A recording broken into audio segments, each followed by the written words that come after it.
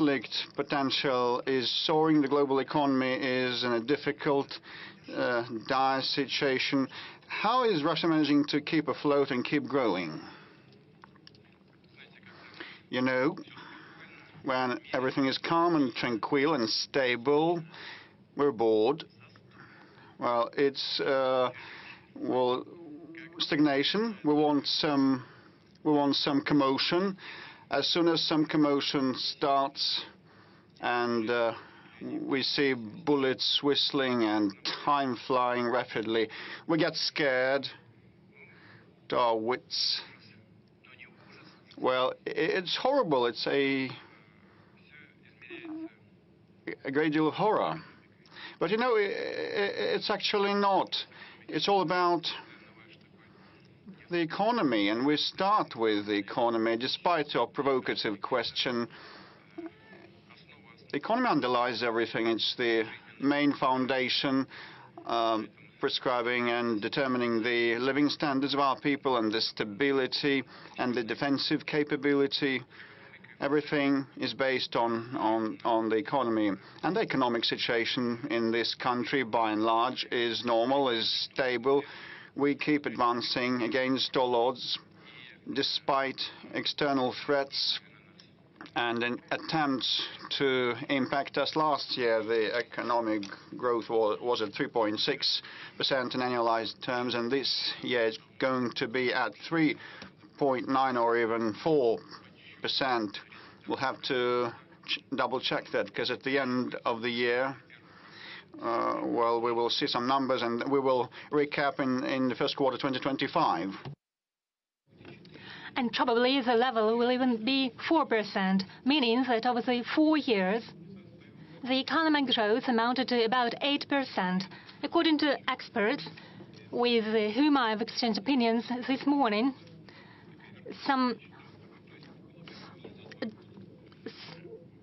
over the past years, the figure is, as I said, it was 5.6% in the US and 0.0% in the EU. In the leading European economy, the economic growth amounts to 0, and it is estimated to be so in the coming year too.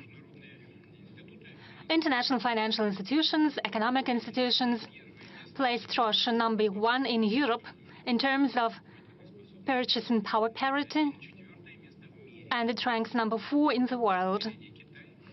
China, the US, India are ahead of us, and we are ahead of Germany. We were ahead of Germany in the past year too, and this year we are ahead of Japan. But you know, it is not something that we should take for granted, that we should relax. Everything is in the motion, everything is moving forward and advancing. If while the Eurozone is falling asleep, it doesn't mean that there are no other economic centers that are emerging. In the United States, the situation is evolving, so we have to keep this ratio, we have to change the quality of our economy, and there are other figures and indicators which are satisfactory, to put it mildly. One of the most serious figures and indicators for all economies of the world is the unemployment level, and it is at a record low in our country at 2.3%. It is unseen. It hasn't been seen before. It is number 1. Point 2.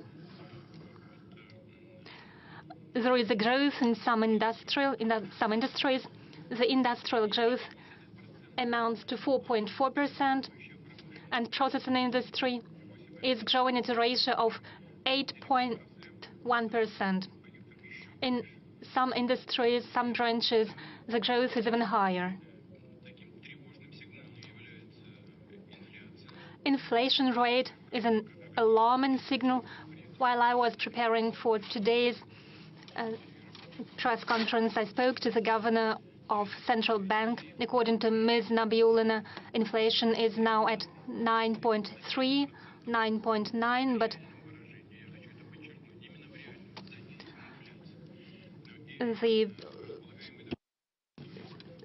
the income of the population has grown too. So on the whole, the situation is stable. We have some problems with inflation, the economy is a bit overheated. The government and central bank has set themselves the goal of decreasing this ratio, and according to various estimates, it is expected to be at 2 or 2.3% in order to preserve the macroeconomic indicators. It is something we should seek to achieve, and we are going to discuss it in more detail during today's press conference. But on the whole, the situation is stable. There is one clarifying question, if you allow. You cited Germany and Japan as an example. I would like to speak about Germany. You said the economic growth is at 0%, but it was previously a center of economic growth. Does it have to do with the politics and the sovereignty? Because recently, at the Russia Calling Forum, you said that when you celebrated the Gerhard Schröder's anniversary, all songs were sung in English, and there were no German songs. Yes, they were. It was a long time ago. Mr. Schröder celebrated his anniversary, and he invited me, and I attended. There was a small concert, and everyone sang songs in English, and I said even a choir of girls from Hanover presented songs in English, but there was one troupe that sang songs in German. It was the Cuban Cossack choir. It was unexpected for me. I asked them how they learned this song, and they said, out of respect to the Germans, out of respect to the hosts, we learned this song during our travel, and we presented it in German. Later, I was approached by many guests. I'm telling you how it was.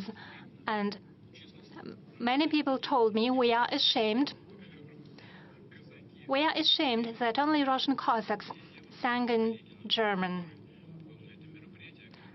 And I said it to my colleague who was present at that forum. I told him sovereignty is an important thing. It should be deep in your heart. And I believe in the post-war era, the German people no longer feel their sovereignty. Who are Europeans? They are proud of being Europeans. But above all, they are French, German, Italian, Spanish, and only after that they are Europeans. But instead, they try to polish things, and in the end, you see it impacting everything, including economy. I mentioned the economic growth in our country, and largely it is the result of strengthening of our sovereignty that is projected on the economic situation. Many producers lost our market. Where does it bring us? Our industrialists started producing these same products. It necessitated various research, so we involved various institutions, including development institutions. And on the whole, it translated into the strengthening of our technological sovereignty. There might be different sovereignty in the fields of education, industry, military. It is important for our country, and for our country it is of particular importance, because if we lose sovereignty, we lose our statehood. That's crucial. And strengthening the sovereignty is also a result of economic growth. Mr. President, now I suggest that we move on to questions from our citizens. You mentioned the economic growth. Indeed, if we look at the economic figures, they look all right. Most of Russian plants are working tight, but the payments are below the inflation. We have made a rating of regions in which citizens asked most questions about price growth. It was in Kamchatka, in Sakhalinsk region, and in the most western region of our country, in Kaliningrad Oblast. And the price growth was a relevant question in Irkutsk. I will add some more figures.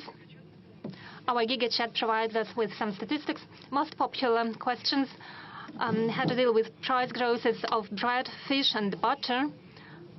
They also ask about growing fuel prices, and those are just a few question categories that we have seen. And according to Rosstat, the Russian statistics body, we see that fruit and vegetable prices have grown by 3.4% over the past week.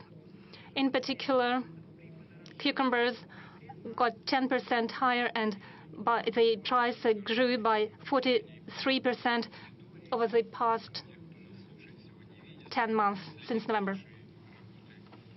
Those who are following our work via internet may know that when I spoke about the economic growth, the price growth, and high inflation rate, but apart from that, there is income growth and the growth of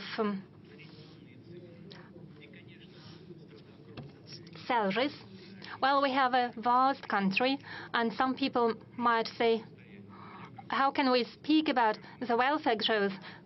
But at the same time, some people would say that the income was reduced. But I'm speaking about the average figures. When we plan something, we have to base on something, and we cannot base on anything else but average figures. As for the price growth, there are objective things and subjective things.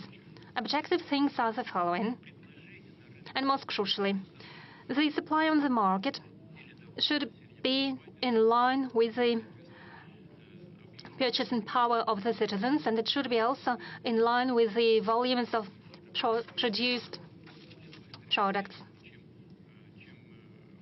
But production growth was higher in our country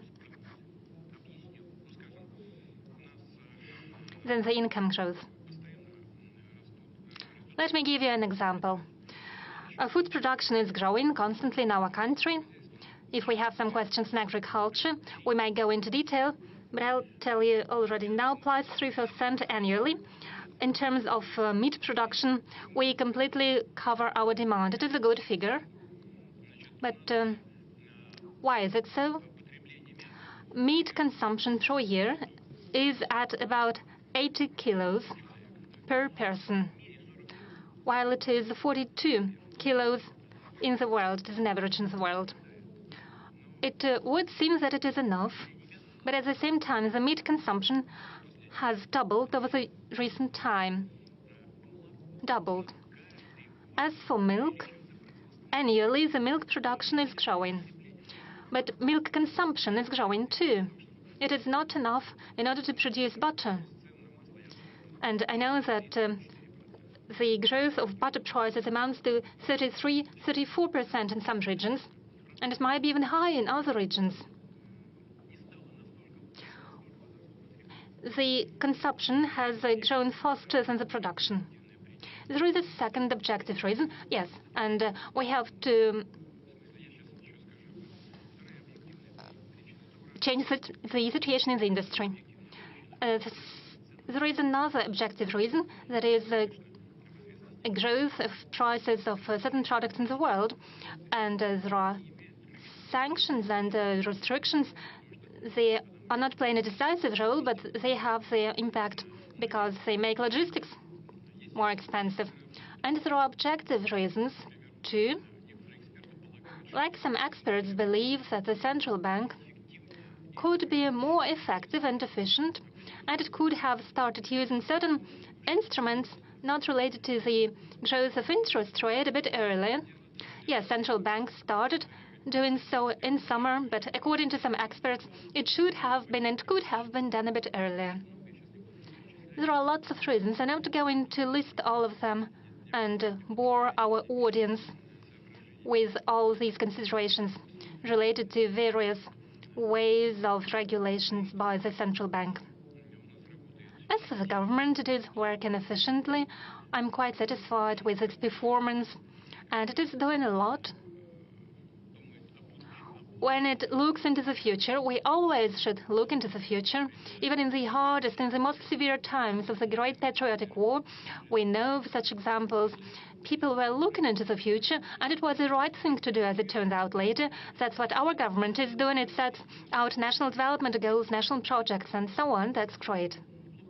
But it would be not bad to work with the industries, to think about the development of certain industries of product and such products or for which there is a broad demand. Probably there will be questions related to specific industries, and timely decisions have to be taken. It is an unpleasant thing to say, and it is bad. Price growth is something bad. But I hope that on the whole, while preserving the macroeconomic figures, we'll be able to tackle this as well. Mr. President, we have a mixed format today. The direct line is a press conference, and I suggest that we now give the floor, and we see that the audience is willing to ask questions. Yes, indeed.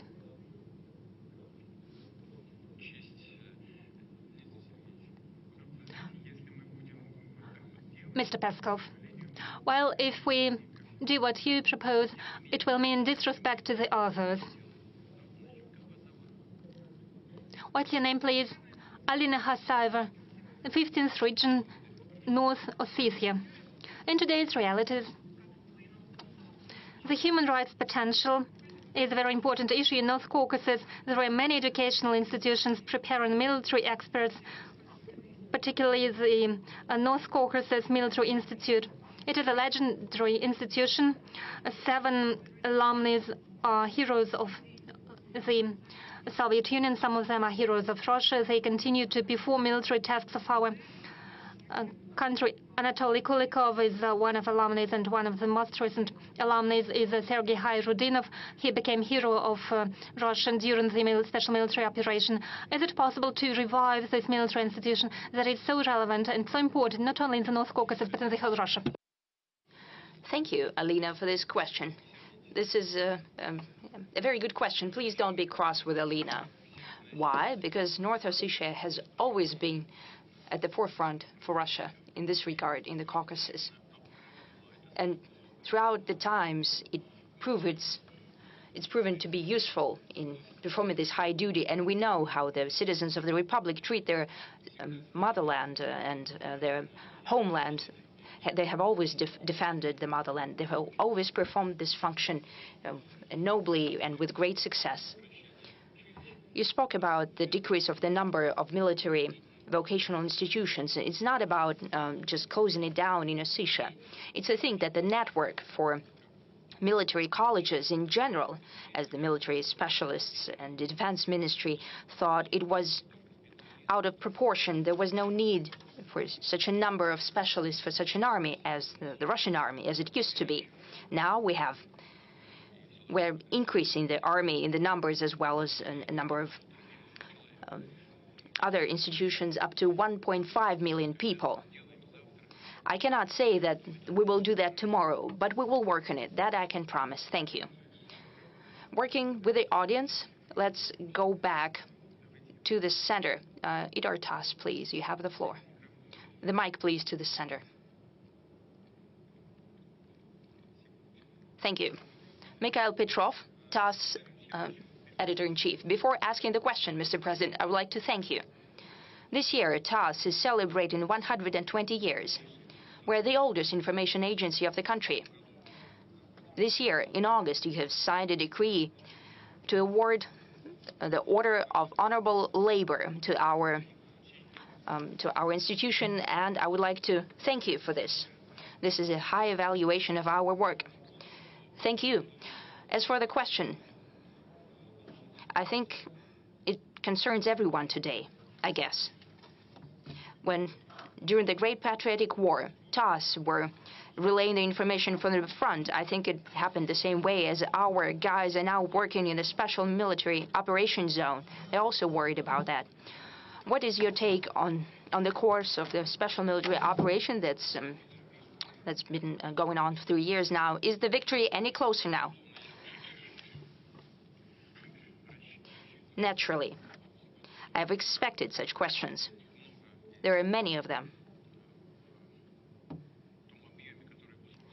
As for the incoming questions that were coming in the past days. And moreover, I would like to thank you for this. It gives us a chance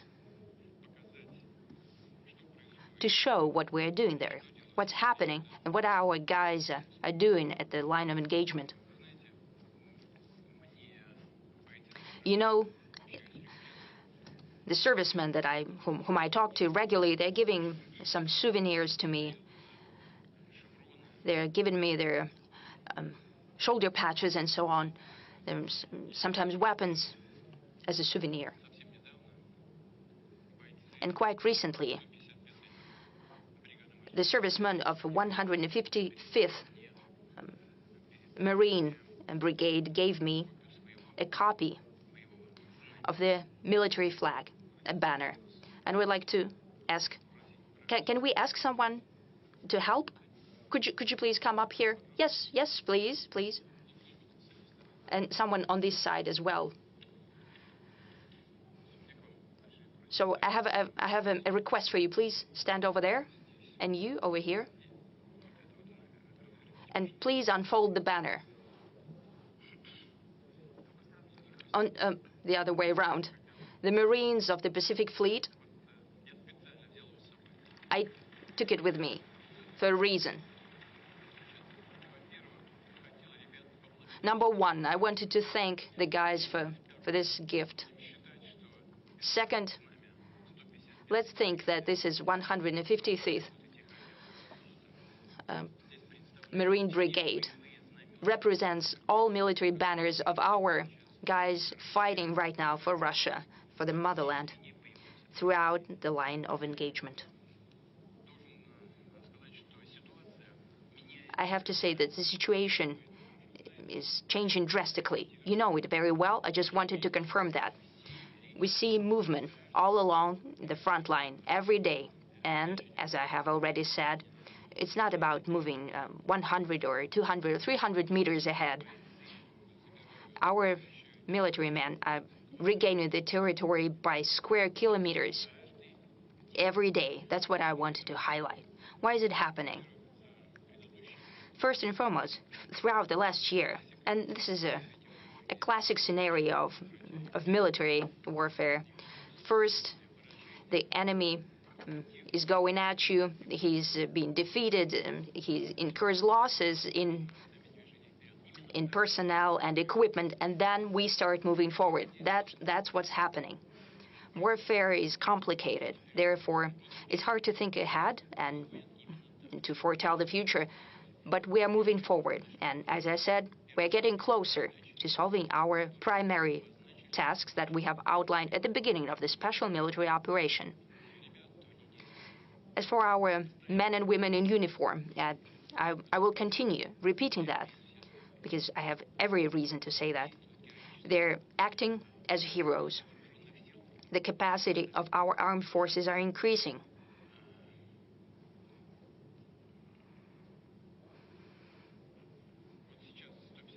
Right now, we see the banner of 155th Brigade. It's fighting in the Kursk region. It's pushing the enemy away from our territory. They're not alone. The 810th Pacific Fleet Brigade, 76th and 106th Division of paratroopers, the shooting regiment of the North Caucasus, the motorized brigade, everyone is working there as a heroes.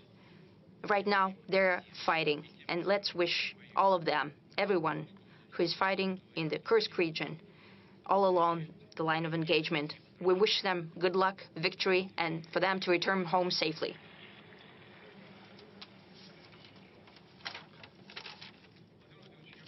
Mr. President, I just came back from the Kursk region. Those units and brigades that you've mentioned right now are doing their sacred duty, freeing our territory. We've worked with them for several weeks at the front line. We shot a video. 155th Brigade liberated several settlements, and we showed in our video that when the adversary has been pushed out of the settlement, he starts to shell that will artillery fire that very settlement. We traveled to Borki, Snagos, and Lubimovka, the liberated settlement. You can see that on the map. First, the houses have been intact, and now they're being destroyed, and people from the border regions have nowhere to return to. They have no homes. They're trying to rebuild their homes, but now I suggest we call Tatiana Ziborova. She's forced to live during a temporary settlement. Do you hear us, Tatiana? Your question to the President, please. Mr. President, good afternoon. I'm from the Kursk region, from Bolshiye-Sedatsky region. I have a question from all citizens of the Kursk region. When our region will be liberated? When the Ukrainian army will be pushed far enough so they wouldn't even dare show their face to us, even look towards us? When can we go back to our houses? Or somewhere so we can live in our own homes? One more question.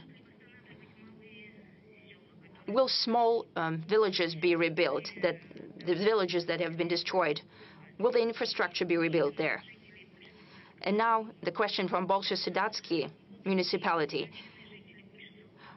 Will our citizens be put on the list of housing certificates? Because they are not issued to us right now because the Ukrainian army did not go there, so we're not listed as qualifying for the housing certificate.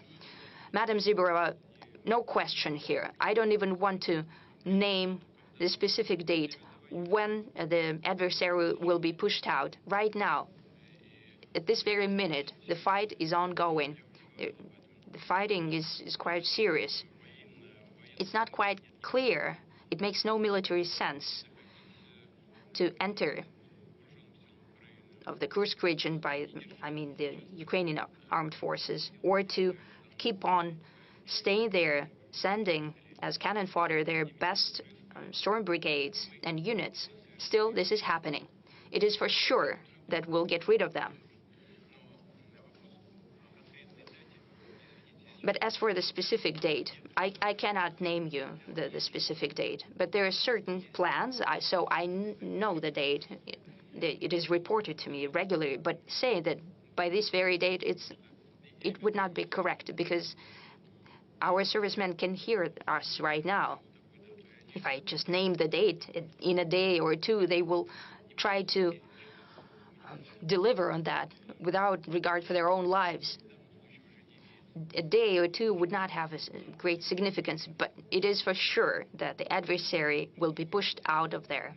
And number two, will evaluate the detriment. And number three, everything will be rebuilt. There is no shadow of a doubt about it. We'll rebuild everything. The road network, communal infrastructure, social-oriented facilities, schools, kindergartens. We'll rebuild social clubs and, naturally, housing.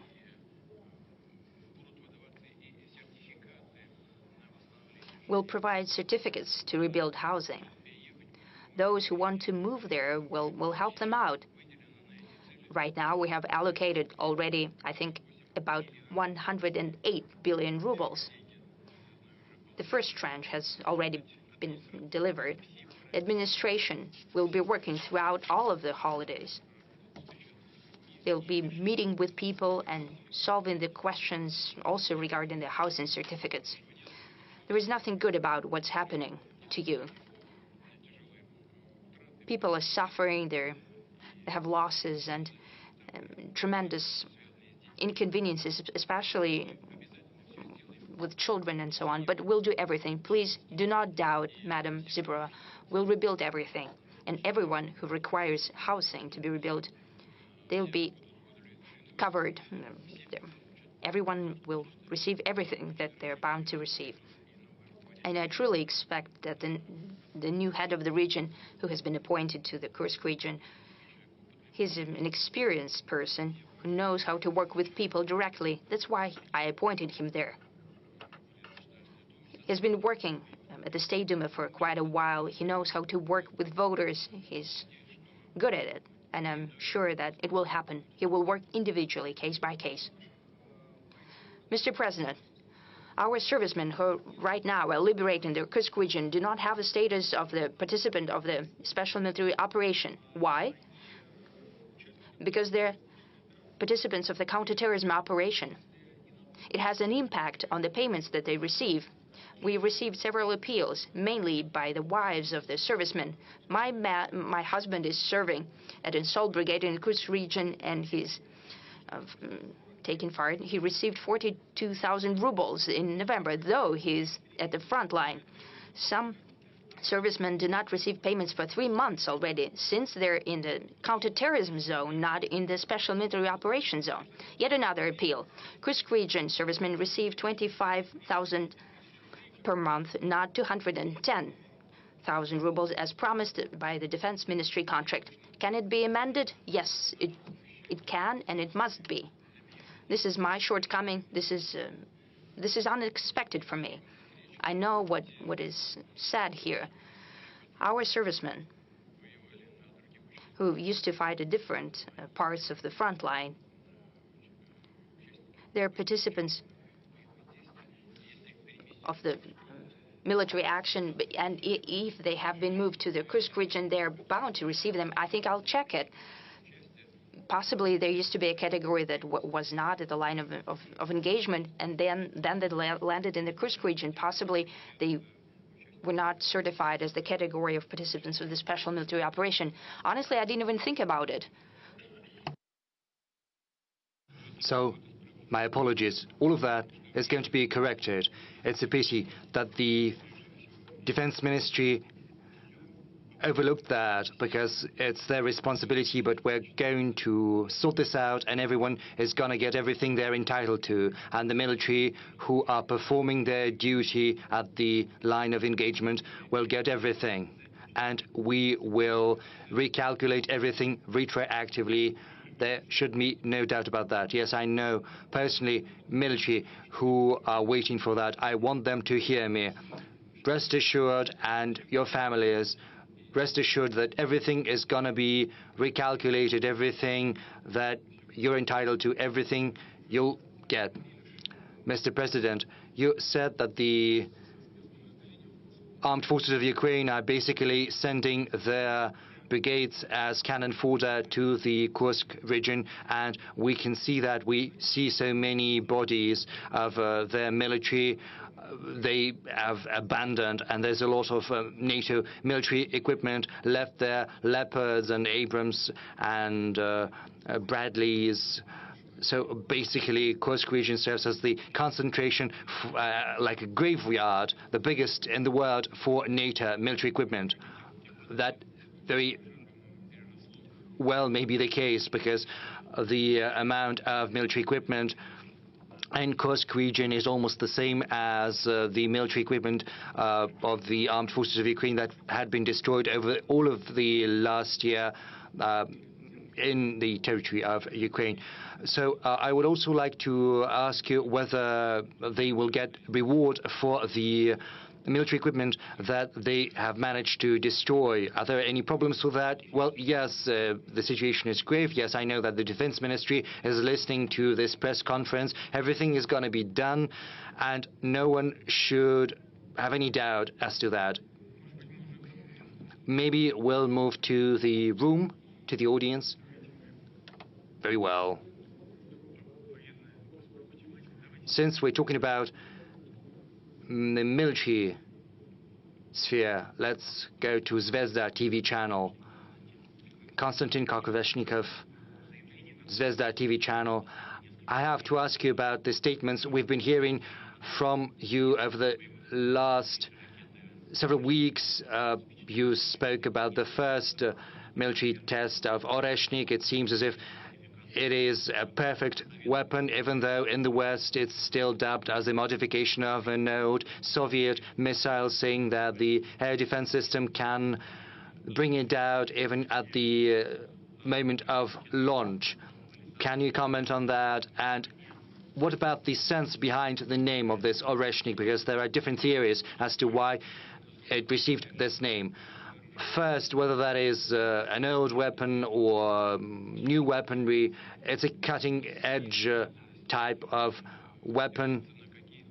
Of course, anything that is being done anywhere is based upon previous achievements, and then we make a step forward. And the same thing applies to Oreshnik. Yes, there were certain developments in the past, some of them dating back to the new Russian history, and based on that groundwork, our researchers and scientists have been thinking what else they can do. They talked to the client, namely the defense ministry, and it was even brought up to my level, and I weighed in on the final decision on whether this new missile has to be produced and in what volume. This is a new weaponry, short-range and intermediate-range missile. You said that several experts in the West believe that it can be easily intercepted and destroyed, especially at the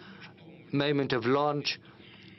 What can I say to these experts? The thing is, there are different types of air defense systems, because you should know that there are Patriot air defense systems, which there are also THAAD systems. I don't know whether they have those in Ukraine. Maybe if Americans want, they can supply those systems. Let them. It's similar to our S-400, whereas the Patriot is more or less like S-300, whereas this new one, high altitude air defense system, is more or less like S-400. Let them do that, and we'll ask our guys in Ukraine to find some good solutions.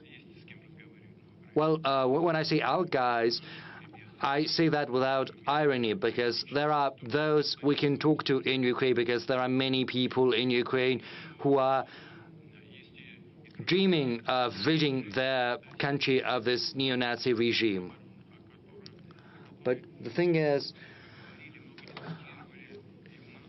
THAAD is basically an anti-missile system, and for many years before we had been asking the Americans not to deploy those systems, otherwise we would have to find systems that would allow us to penetrate those systems. You know, we had to come up with the Vanguard system, which is kind of a cruise missile which follows the landscape without going too high.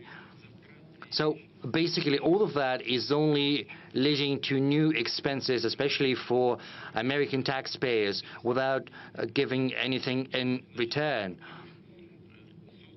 That said, this system has been developed and deployed. There are 2 positions in Romania and in Poland, and there are 24 anti-missiles deployed there. I think they're called Standard 3.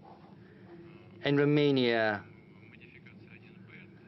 it's the 1B modification with a 300-kilometer range, and it can intercept missiles at 80 to 250 kilometers of altitude. In Poland, there is a newer modification. It can intercept as far as 1,000 kilometers and at the altitude of up to 500 kilometers, whereas Oreshnik is an intermediate range missile, and it's 1,000 up to 5,500 kilometers. That's the range of Oreshnik. Now, just imagine, our system is deployed 2,000 kilometers away.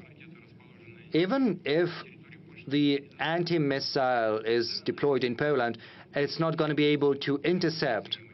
They say that the missile is very vulnerable at the launching stage, but they won't be able to intercept those missiles so far.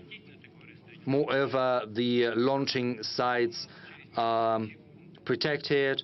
Moreover, it takes time for the anti-missile to get to the missile, but it takes several seconds, and then it's too late to catch or to intercept it. So there is, before the separation, so there is no chance that the missile is going to be brought down by the anti-missiles.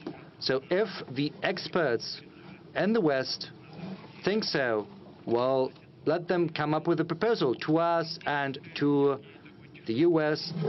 They can suggest kind of a technological experiment, kind of a high-tech fighting duel of the 21st century. They can designate a target, say in Kiev. They can concentrate all of their air defense and anti-missile defense there, and we will strike it with a Oreshnik, and we'll see what's going to happen.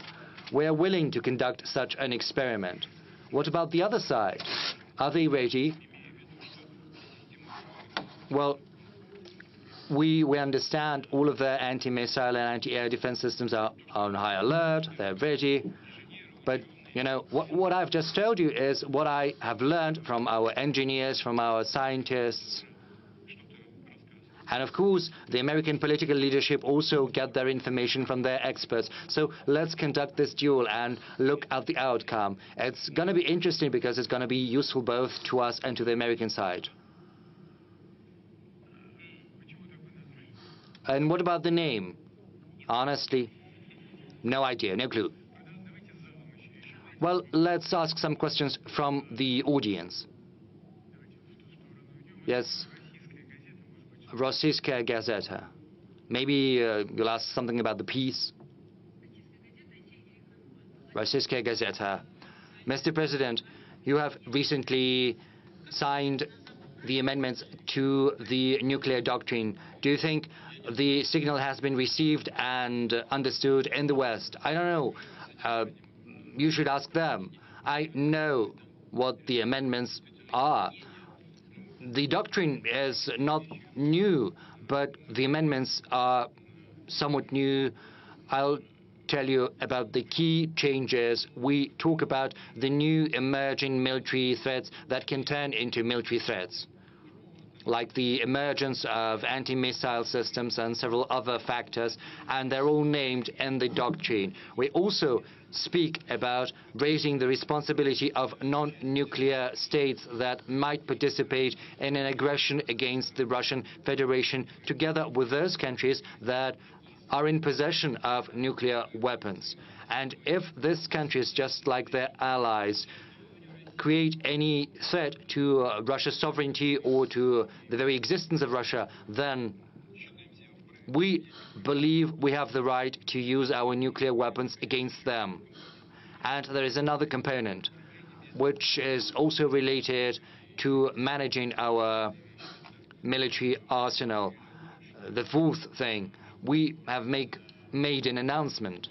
We've made an announcement that if similar threats are created to our allies, to the member of the Union State of Russia and Belarus, to Belarus namely, then Russia is going to view that in the same light as creating similar threats to Russia. So we're going to do everything in our power to ensure Belarus's security. This is something we're doing in coordination and with the consent in coordination with and with the consent of the President of Belarus, Alexander Lukashenko. And I think this is a very important component of Russia's updated nuclear doctrine.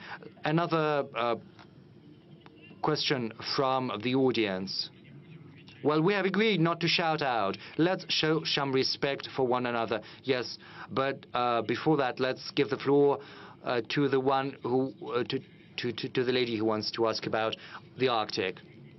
Daria Shuchalnya, Republic newspaper. Thank you for getting Rostislav Golstein back to us, to our region, and he started working right away. He's a very good leader. Yes, he is very sensible, very reliable, and very consistent, and I hope that he's going to succeed. Thank you for sending him to us. My question then in the Russian High North, in the Russian Far East, in the Republic of Komi, there are many settlements with a population of under 2,000 citizens, but unfortunately they are not entitled. They're not entitled to this program of building a cinema, and we know that some people want to stay in these settlements, but unfortunately there's not many opportunity for spending leisure time. Maybe some changes, some amendments could be made to the federal program so that the settlements of the Russian High North of under 2,000 people could still be entitled to this program. And I know that as a student, you worked there somewhere in the north, and you know how efficient it is. But unfortunately, these student brigades could be used again. Maybe amendments could be made to Federal Law 44 so that when construction sites are organized based on municipal budget, then at least 15 or 20% of that could be carried out by students, because it provides students with very good experience, and it's also a huge help for Russian regions. It helps building social facilities. 10% or 15%. So yes, 10% of money allocated for construction could be funneled to that. Well, I'll talk to Marat Husnulit. That's possible. We're trying to revive this program. I think this very movement has been revived right now, and this funding mechanism could be used. It's already in use, but I'll check it and I'll talk to Mr. Husnulit. Thank you. Yes, gyms and cinemas, yes, that's great. You know, it's quite unaccepted. With respect to the Arctic zone, first of all, we have the preferential rate for mortgage at 2%, as well as in the Far East. The mortgage interest rate is at 2%. It's beneficial, and people have been using that. And for new territories, we also have this rate at 2% for mortgage lending. Besides, in that zone, we have an entire brand new program for small towns with 25 citizen towns participating. Well, if it's about numerically small settlements, they may not become part of that program of 25 cities, and we will try to figure out what we can do additionally for those small settlements in the Arctic zone, because most of them have a few residents, but we actually assumed that broadband internet was the main need. But you know, when it comes to movie theaters and movie hall, the atmosphere is different, and now we have lots of Russian patriotic high-quality films and movies. Yes, it's a separate topic to cover, and many of the film manufacturers and producers have left us, which prompts us to boost our own cinema production, and giving this rise in society, enthusiasm in society that we are now having. All our historical tales need to be promoted, and I often watch those with my junior family members, and we'll try to respond that positively. Okay, dear friends, when you ask 2 questions in a row, you deprive some of your colleagues the opportunity to ask a question. Let's go that way. Let's move that way. Well, let's see, Krasnoyarsk, probably, the city of Krasnoyarsk. Good day, Yenisei channel, Dmitry Novikov, Krasnoyarsk. Mr. President, you have called Krasnoyarsk to be the center of Russia. Now we are getting ready.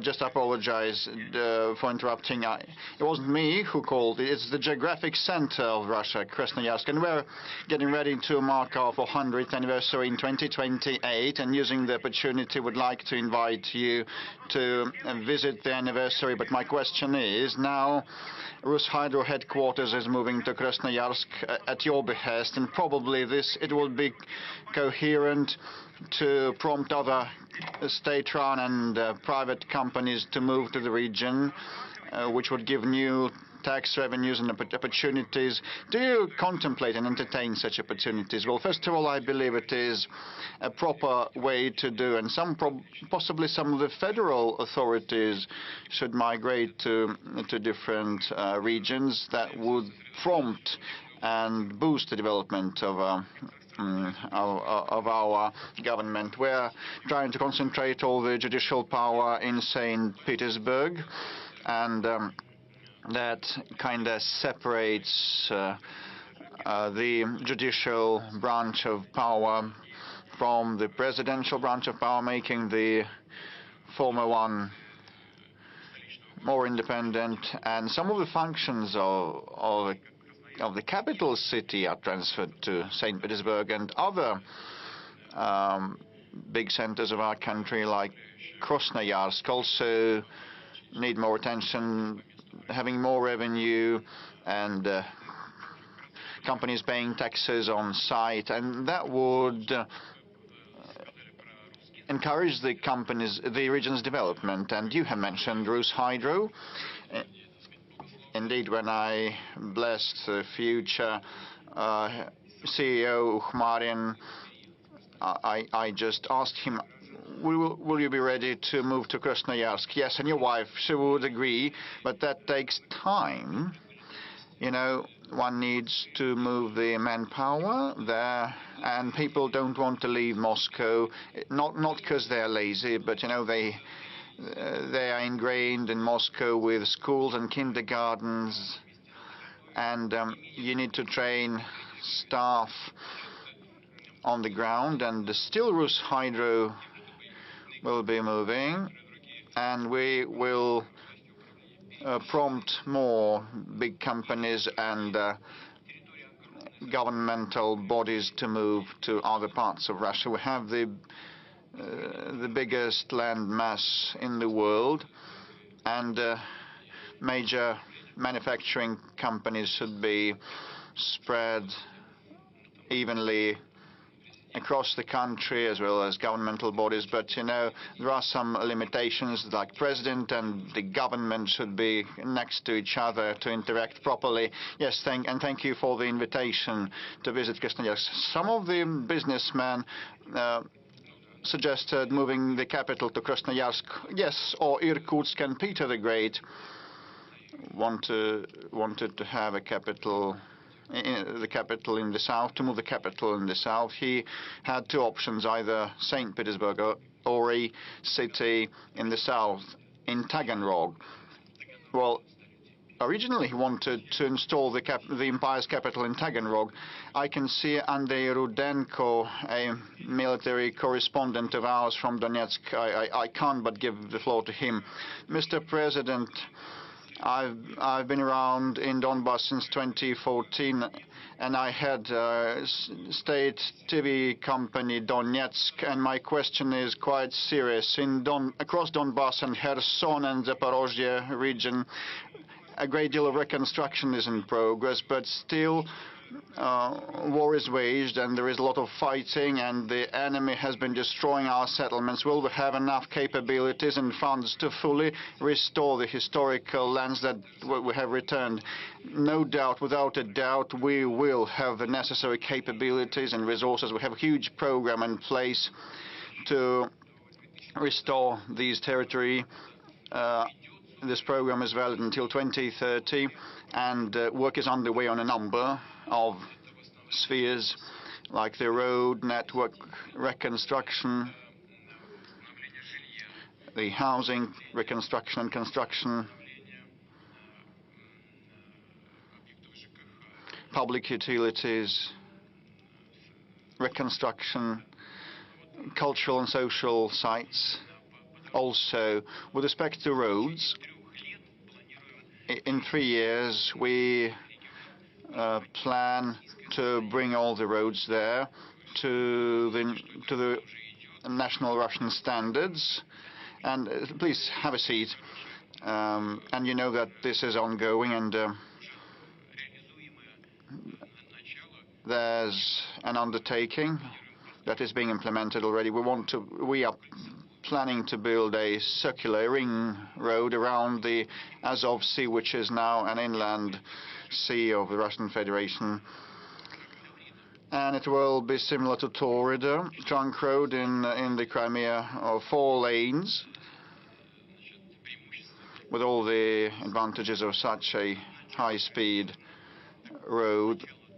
The first segment has been built from Taganrog to Mariupol, a segment of 40 kilometers, a short one, but we actually plan a road around the Azov Sea, another road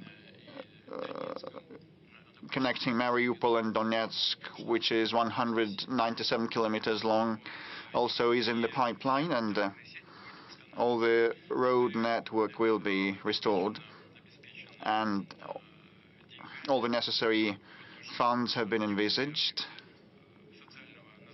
and some of the welfare and social facilities have been put into operation.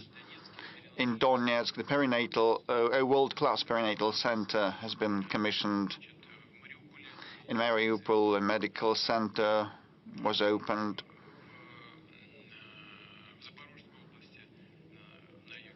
In the south, in the Zaporozhye region, a children's clinical hospital is planned. It was the behest of the local residents, and the governor also supported that, and the design is already launched. And so have a lot of work planned till 2030. And now we have already reconstructed 21,000 facilities. 11,000 facilities were reconstructed with the help of the federal funds, and 10,000 installations were done with the funding of the patron regions from across the Russian Federation. And I'd like to thank in the leadership and the residents of those patron regions while we are in the air. And we are to reconstruct 20,000 facilities more in the near future, and all that will be accomplished. And Mr. President, with respect to Lugansk People's Republic, during the rule of Ukraine, they never had good roads. Now they have perfect roads all across that republic, and people are wholeheartedly grateful. These are the basic, most necessary things, and we'll do more. We'll go beyond that. And as regards the new regions, I'd like to address the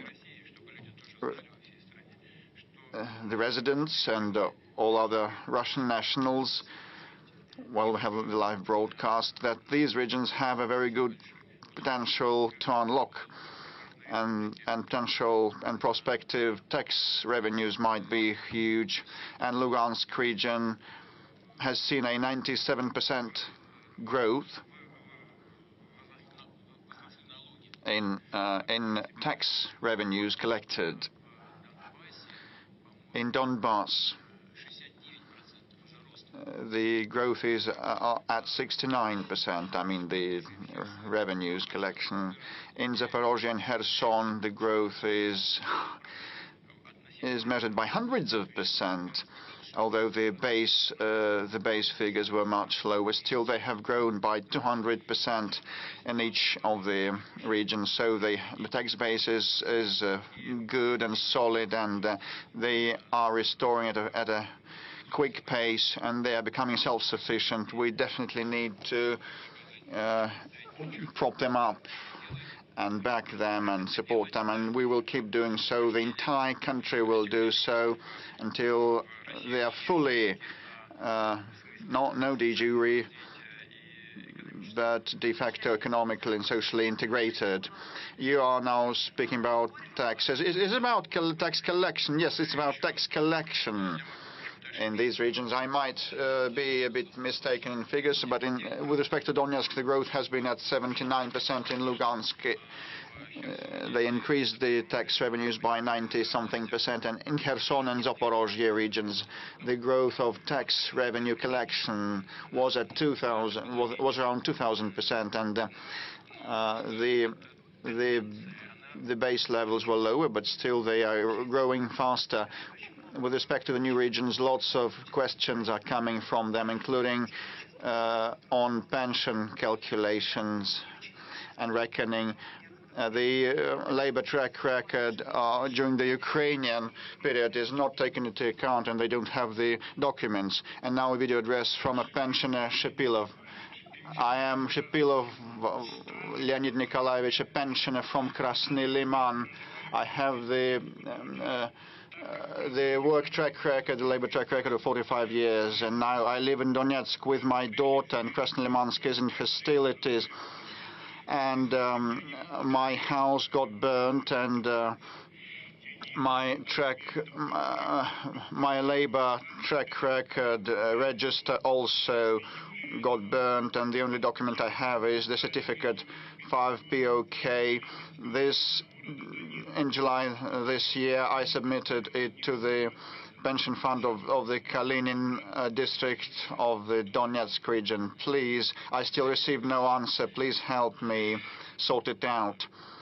Leonid Nikolaevich, these are actually day-to-day real problems of people. You need to confirm your job track record. But not long ago, a law was passed that all the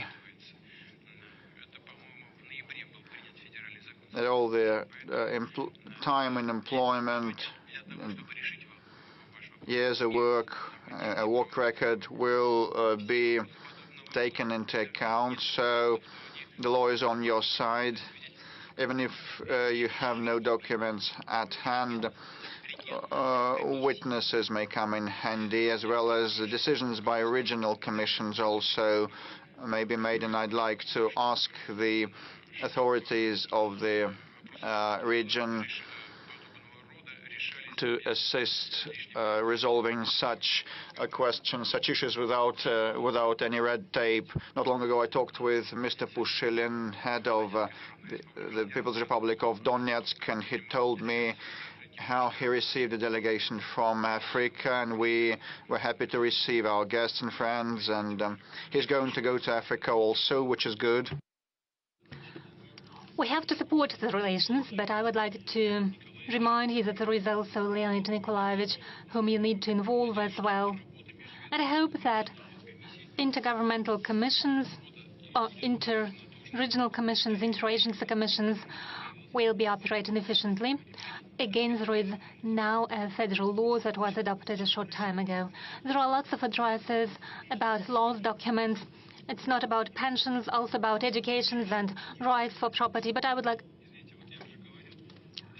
already mentioned these issues are governed by decisions of interagency commissions and so-called witness records. It's not about a judicial proceeding, but it's about obtaining authentic information from neighbors and so on. Housing is another important issue, and there are lots of calls and questions from Mariupol, from those who expected to receive a housing as compensation. I'll quote some of them. Mariupol needs assistance for housing construction. It was an SMS with such a text. Next, houses were constructed in spring, but we cannot move in until today, and there are lots of similar questions. Well, Mariupol is in the focus of our attention, and it is right, so it is a big city. Before the beginning of hostilities, it officially had about 430,000 residents. According to local authorities, even more residents lived there, over 470,000 people. About 3,000 family houses, block houses, were constructed. About 170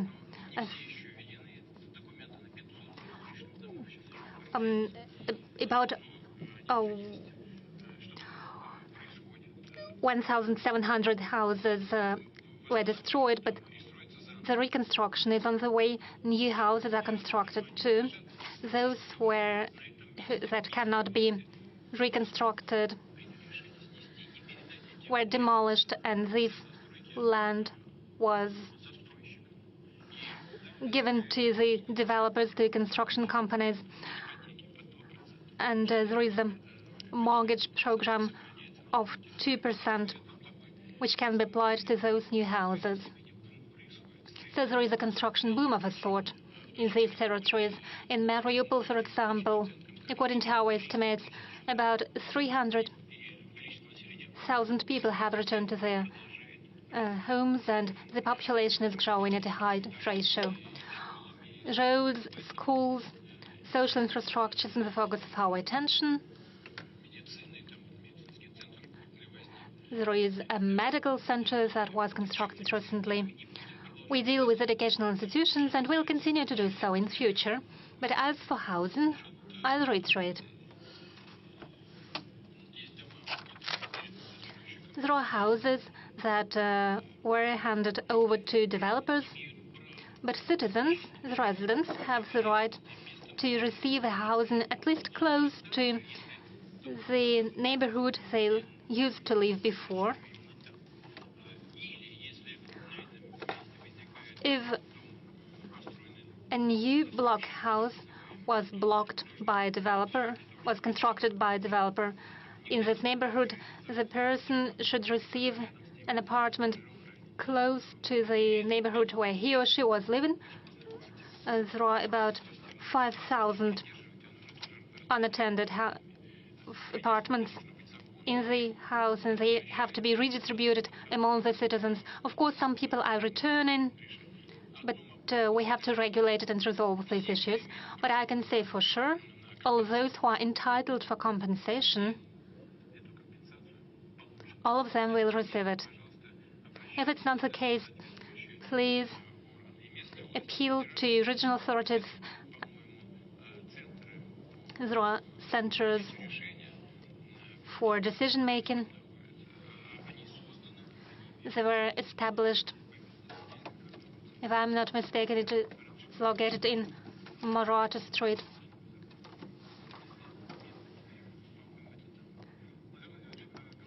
Mr. President, speaking of southern region, I would like to mention the environmental situation after the crash of two tankers after a storm in the Kerch Strait. Oil products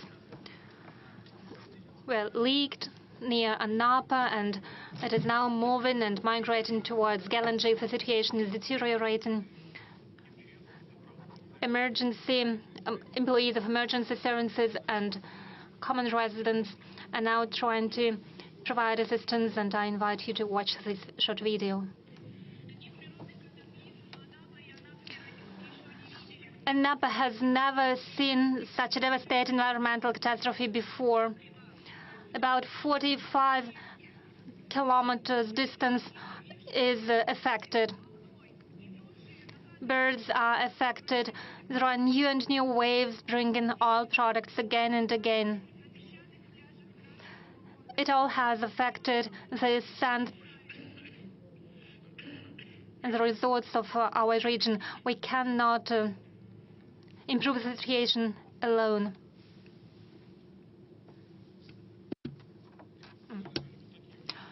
Mr. President, those are horrible footages from our resorts. I know you have already given instructions to mitigate the situation. What else can be done? Well, it is an environmental disaster, it is obvious. Law enforcement agencies are dealing with the situation. According to the reports that I have received, captains of the vessels violated some rules as the weather conditions deteriorated. They should have anchored their vessels, but they didn't do so. But it is up to the Ministry of Transport and law enforcement agencies to look into this situation. Next point. I don't know what's happening right now, but yesterday the storm was ongoing and the working conditions were complicated. But apart from that, well, by Saturday, we expect the sea will calm down and we'll be able to proceed with the work. I said it is a great catastrophe because about 40% of the fuel leaked. It is obvious. Some tankers are close to the shore, some are a bit further away, and we have to deal with them. Two different services, like the Ministry of Natural Resources, the Ministry of Transport, the Amercom, the Ministry of Emergency Situations, are involved. These works should be coordinated. I instruct the government to organize a working group. It is headed by Mr. Savelyev, Vice President in charge for transport issues, and all services are involved. Regularly, I receive reports with updates. We have to look into the situation. We'll have to assess the condition of the tankers, and we'll have to think of what to do with them in the next future. This problem should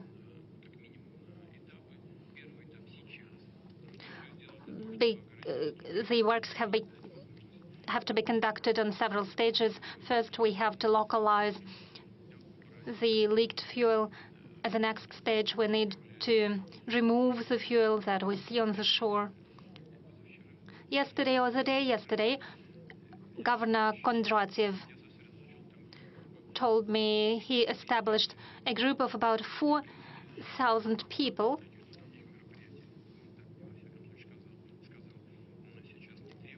and according to him, no further efforts are needed, but if needed, they will be ready to deploy an additional team from the Ministry of Emergencies. The fuel, the oil fuel, has certain properties under certain temperatures. It is solid material, and it should be removed from the shores as such. But in May, parts of this material have sunk already, and when the temperatures grow, this fuel can surface up. So already now we have to be prepared for the temperature rise in the water. And already now we have to think about what we'll do in future in spring, and we'll have to think of bringing the tankers up to the surface. We have to organize this work. It will take time and effort, and we'll have to devise a project for removing these tankers with the fuel. The government is involved, and I hope that we'll lose no time. Let's take some questions from the audience. Mr. President, if you don't mind, I see a U.S. journalist. You have the floor, please. NBC. Just in the middle of this sector.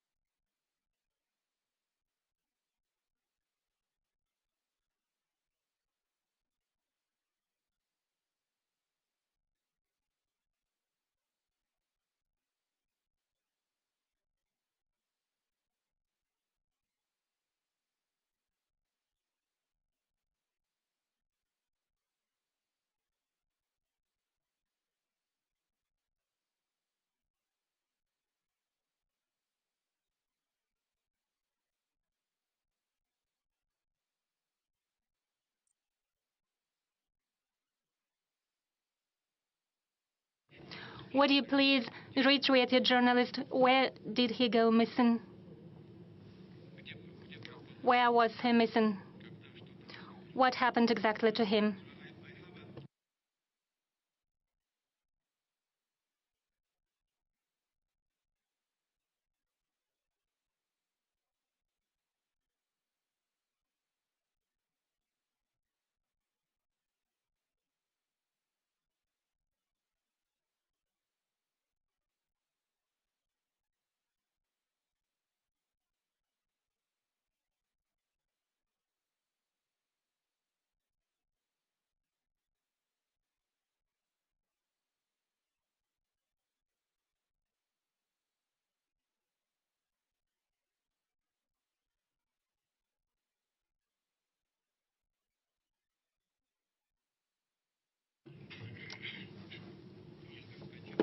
I see.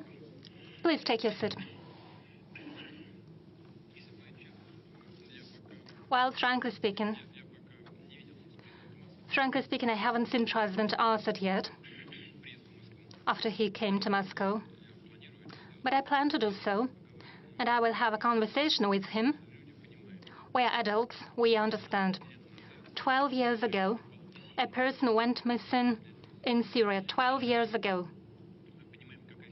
We understand what situation was in place 12 years ago. Active hostilities were ongoing from both parts, from both sides. Does President Assad himself know what happened to that U.S. citizen, to the journalist who performed his journalist duties in the combat area? But nonetheless, I do promise that I will ask this question to him. We can ask the same question to those people who are controlling the situation on the ground in Syria today. You asked what we can offer, or I can offer, to the President-elect Trump when we meet. I do not know when we are going to meet, because he does not speak about that. I haven't spoken to him for more than 4 years now. I am prepared for that conversation at any time. I will be prepared to hold a meeting as well, if he so desires. You said that this conversation will take place where I'll be in a weakened state. Dear colleague, well, I'm saying dear and distinguished colleague, because though despite all persecutions of our media, Russian media, you are allowed to work here freely. Isn't that good already? To you and to the people who pay your salary in the United States, we'd really like for Russia to be in a weakened state. I'm of a different opinion. I think that Russia became much stronger over the past 2 or 3 years. Why? Because we are becoming a truly sovereign country. We are largely independent of any country. We're prepared to stand our own in terms of economy. As for the economic growth rate, I have already spoken. We're strengthening our defense capacity. Our combat readiness of the armed forces today, and I'm speaking very confidently here, is at the highest, is ranked the highest in the world. The same applies to our defense industry. We're increasing the production of everything that's necessary for the army and the fleet, both for today and for tomorrow. We're doing that very confidently, actively. The same cannot be said about our adversaries. We already spoke about the success of our armed forces. This happens largely due to the increase in production of defense industry, in the output of defense industry of Russia. As I have said, we're doing that confidently and in a streamlined fashion. I spoke about the movement forward of our army at the line of engagement. How is this achieved? It is achieved by the presence of equipment that I have already mentioned. Yes, indeed, almost all of NATO countries are fighting against us. We spoke about our inflation rate, but what's happening over there? One shell of 155 millimeters. It used to cost, a year ago, about 2,000 euro. Now it costs 8,000 euros. The price has increased fourfold. If the hostilities continue at the same tempo, not only 2% of the budget for defense,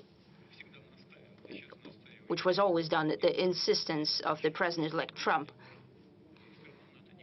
will be enough for NATO countries. Even 3% won't be enough. The training, combat readiness, the morale of the Russian army is at such point right now that is unparalleled by any army in the world. Therefore, I believe that to a great extent, Russia today is in such a state that we have been trying to achieve. It has become stronger. It has become a truly sovereign country. And will make decisions without taking anyone's opinion into account, will follow only our national interests. You mentioned Syria. Well, you and those who pay your salary would like to present everything that's happening in Syria as a shortcoming or a defeat of Russia. I'd like to assure you that is not so. And I'll tell you why. We have come to Syria 10 years ago. So in order to prevent the creation of a terroristic enclave, the likes of which we have seen in the other countries, for example, in Afghanistan, in general, we have achieved our goal. Even those groups that used to fight with the Assad regime, with the governmental forces, they have evolved as well. It is for a reason that today many European countries and the United States would like to establish relations with them. If they are a terrorist organization, how come you're trying to do that? Then that means that they have changed. That means that to a certain extent, our goal has been achieved. We did not have ground troops in Syria. They simply were not there. We have 2 military bases there, an air base and a naval base.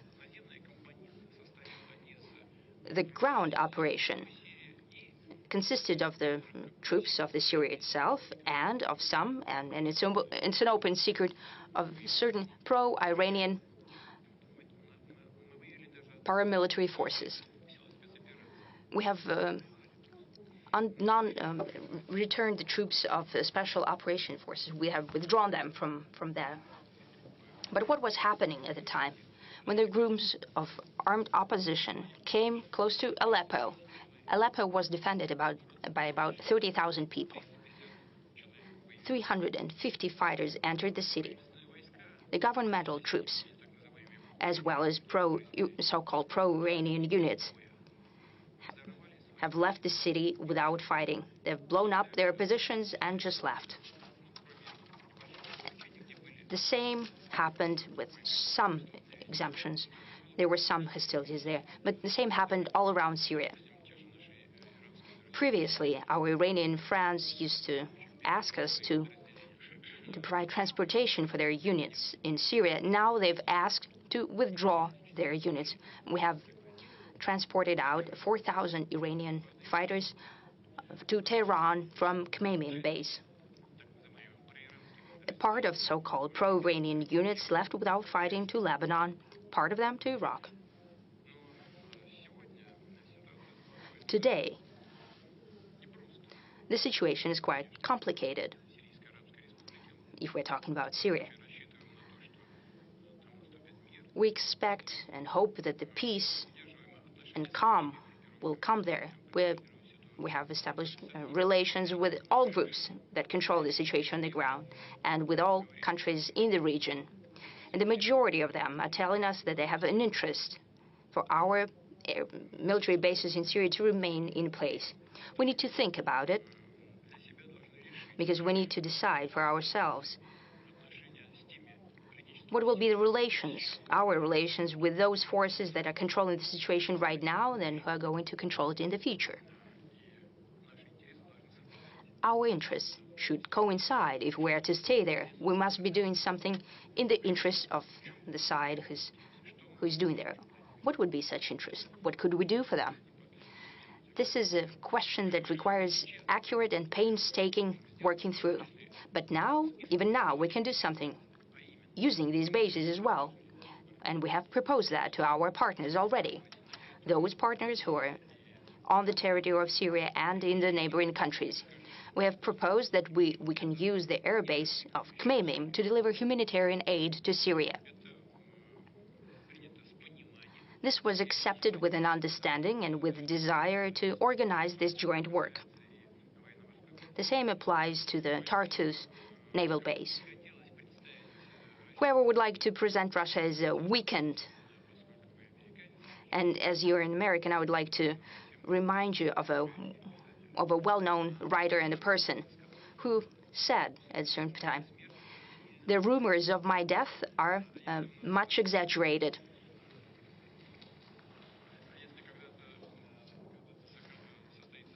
And if we hold a meeting at some time with the President-elect Trump, I'm sure we'll have something to discuss. Mr. President, one more question about the death, the assassination of General Kirillov. Yes, the assassination of the general. You said that an attempt at assassination, and I am thankful to you for this, because you have acknowledged indirectly that this is a terrorist attack. Why? Because this is a murder committed by means that are dangerous to others. Kiev has conducted such terrorist acts and crimes against many citizens of the Russian Federation. Right now in Kursk, when they're shooting civilians, I mean the Kursk region, and done at the territory in other regions, your colleagues were killed. Terrorist attacks against journalists were conducted as well. I don't mean you personally right now, but I mean the Western journalists in general. We've never heard condemnations of such terrorist attacks. So I'm thankful to you right now that at the very least you have remembered that. Let's work with the audience as well, because we have tremendous interest. I see Tartar and BRICS and I'm sorry. I would like to address our American colleague. Do you hear me? Do you have any other questions? If you have any, go ahead and ask them.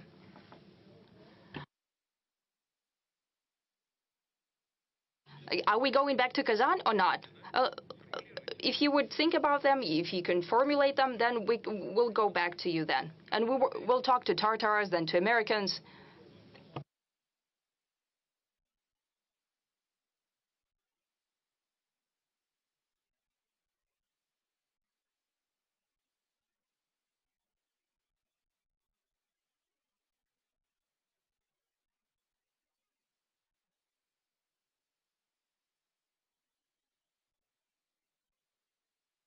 Yes, sorry that I've missed this part of your question. This is a very important part of your question. The politics is the art of compromise, and we have always said that we're prepared for negotiations and compromises. But the other side, the adversary, has refused to hold negotiations. But we're always prepared for that. And the result of such negotiations is always a compromise. We have achieved an agreement, in essence, in Istanbul at the end of 2022. And I'm saying it for the 100th time now. The Ukrainian side has initialed the document. That means that in general, they were in agreement with it. But while they went back on their position. Well, it's clear why they did it, because your ally, Mr. President, Prime Minister Johnson, with great hair, a person with great hair, traveled there, and he said that they need to fight to the last Ukrainian. That's what they're doing now. They're running out of Ukrainians who would like to fight. I don't think there are any left. We're prepared. But the other side must be prepared as well, to negotiate and to compromise. Thank you. Go into Kazan. So we're done with the US. Let's talk to Tatars now. Thank you for this possibility to ask questions. Tatar Inform.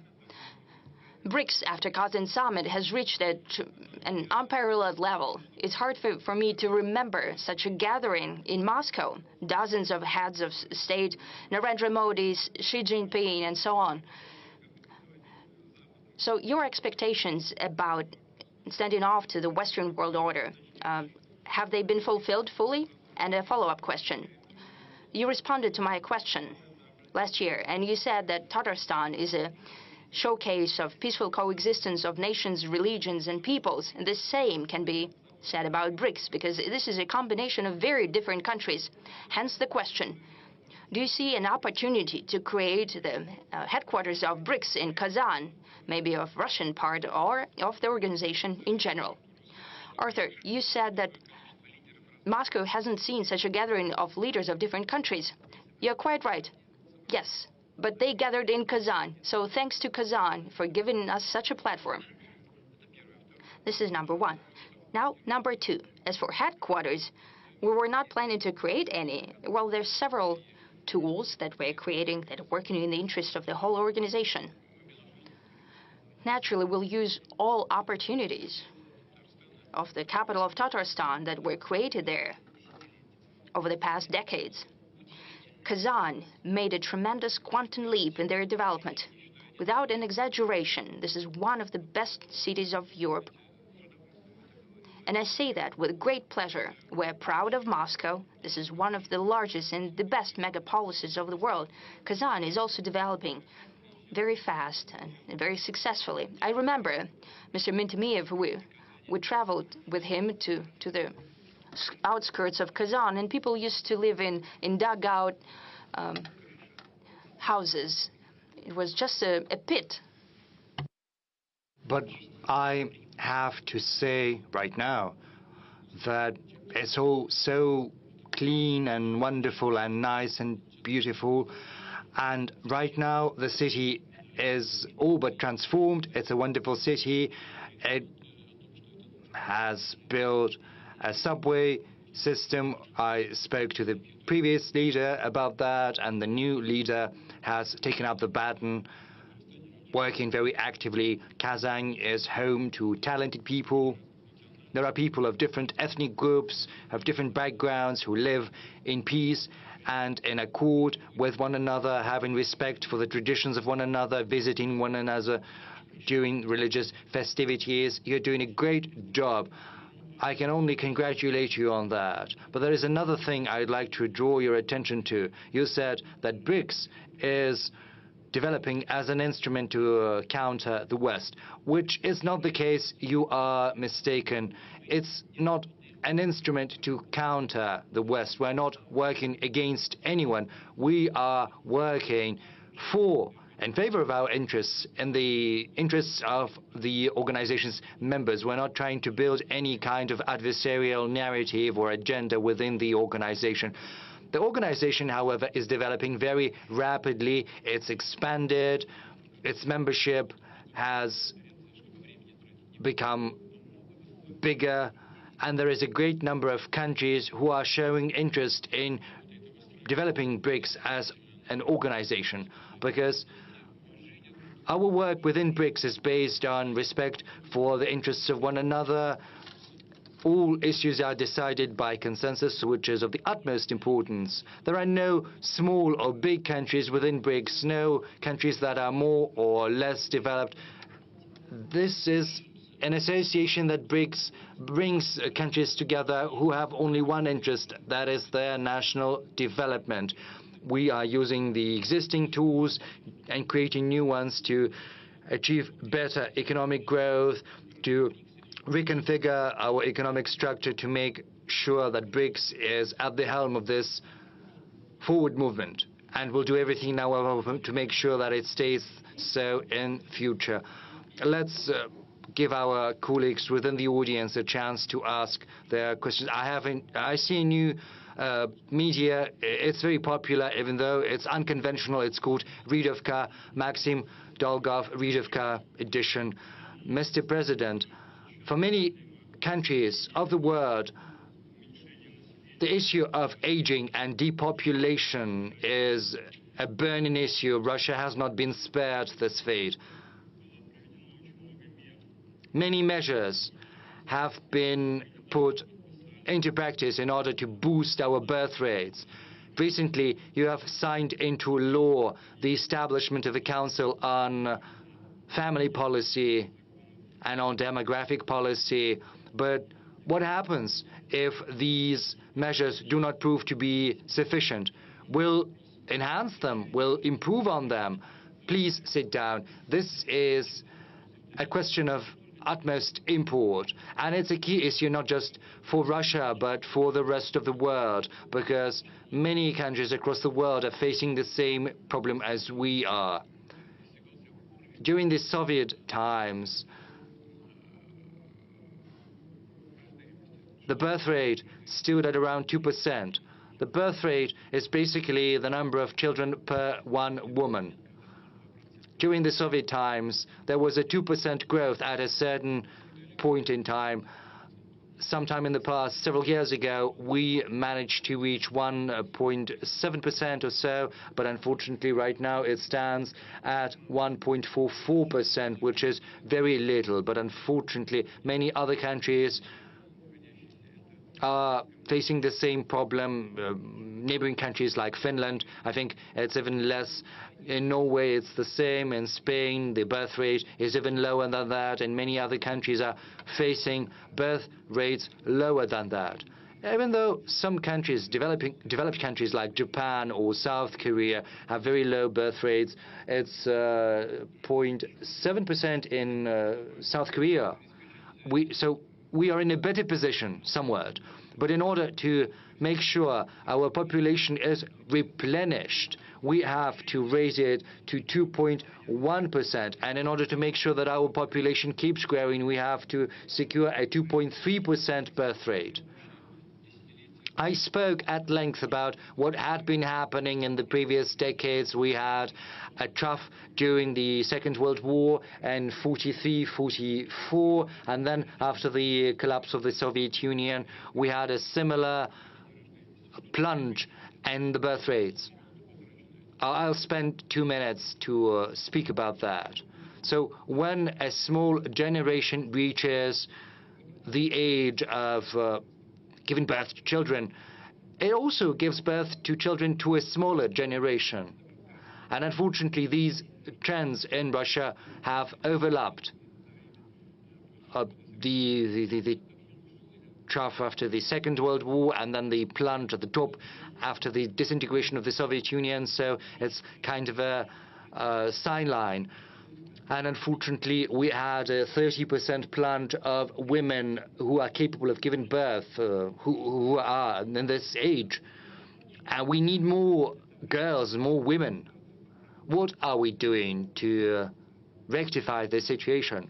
We have put forth a whole program dedicated to this issue. We are improving the instruments, enhancing them all the time, year in, year out. There are certain tweaks and changes. We have the allowance to families with children, which is an efficient instrument. We are paying this allowance starting from the pregnancy, and by the time the children reach the age of majority, that is 18 years, and more than 10 million children are getting this allowance, and around 320,000 pregnant women.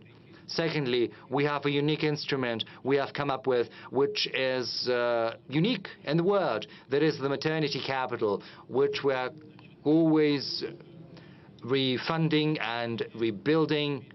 We're also keeping the instrument of family mortgage at 6%. We will talk about mortgage, I think, later. We'll talk about construction, but this family mortgage is a family we are keeping active. We are also paying 450,000 rubles to every family with a third child to make sure they are capable of paying back that mortgage. We're also improving everything, healthcare that is related to, and education that is related to maternity, to childhood, and we're also going to continue doing that. I'll take this opportunity to address all the leaders of the Russian regions. This is where you should start in the morning and finish in the evening, because it's a challenge for many countries across the world and for Russia in particular, because the people, population is the backbone of a country. Territory is good, but it has to be populated with citizens. So I think we're doing a lot, but apparently it's not sufficient. And we can say that we're doing some useful things, but we will only have succeeded once we have reached the objectives that I've just enumerated. Actually, we're getting many messages from families with many children. There is this problem. There is this single allowance. But once the mean salary is superior to the minimum level established at the region, then they are not getting that allowance, and unfortunately, even if the discrepancy is very small, they're not getting the money. We are giving the floor to Anna from Surgut. She's got 5 children. Anna, over to you. Hello, Mr. President. My name is Anna Alikova. I was born in Surgut. I live in Surgut in Khanty-Mansi Autonomous District. I've got 5 children. One of them has a disability. Starting from July 2023, I've been applying for an allowance every month, but I'm denied that allowance because my salary is a little more than the minimum wage. Once it was 400 rubles. So when I get a pension for the child who has a disability, is that considered as part of my revenue? Why is it taken into account? You know, my spouse is getting an official salary, and when they take into account all of my revenue, they are calculating that based on our revenue before tax. But the thing is, we're paying taxes, so we're getting less money than what they are calculating. And another problem, the thing is, we have to go on vacation somewhere, just as any other family.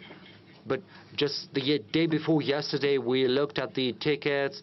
A one-way ticket costs 140,000 rubles or so per one person. So what can we do about that? Anna, you've got 5 children, right? My congratulations. That's great. You're a happy person. That's for sure. And many people in our audience should congratulate you and should also emulate you and your family. Secondly, the thing is, when the income is calculated, they take into account everything based on your income the previous year. Because, you know, I've just cited our figures for the economic growth, but the thing is, this is just conjecture, so they can only do that based on your income the previous year. We could think about that. I'll ask Tatiana Golikova as well as our Ministry of Labor and Social Security, but this is not the most important thing. The thing is, there are other reasons that might explain the problem that you are facing. When your income is a little bit more than your minimum wage, and once there is this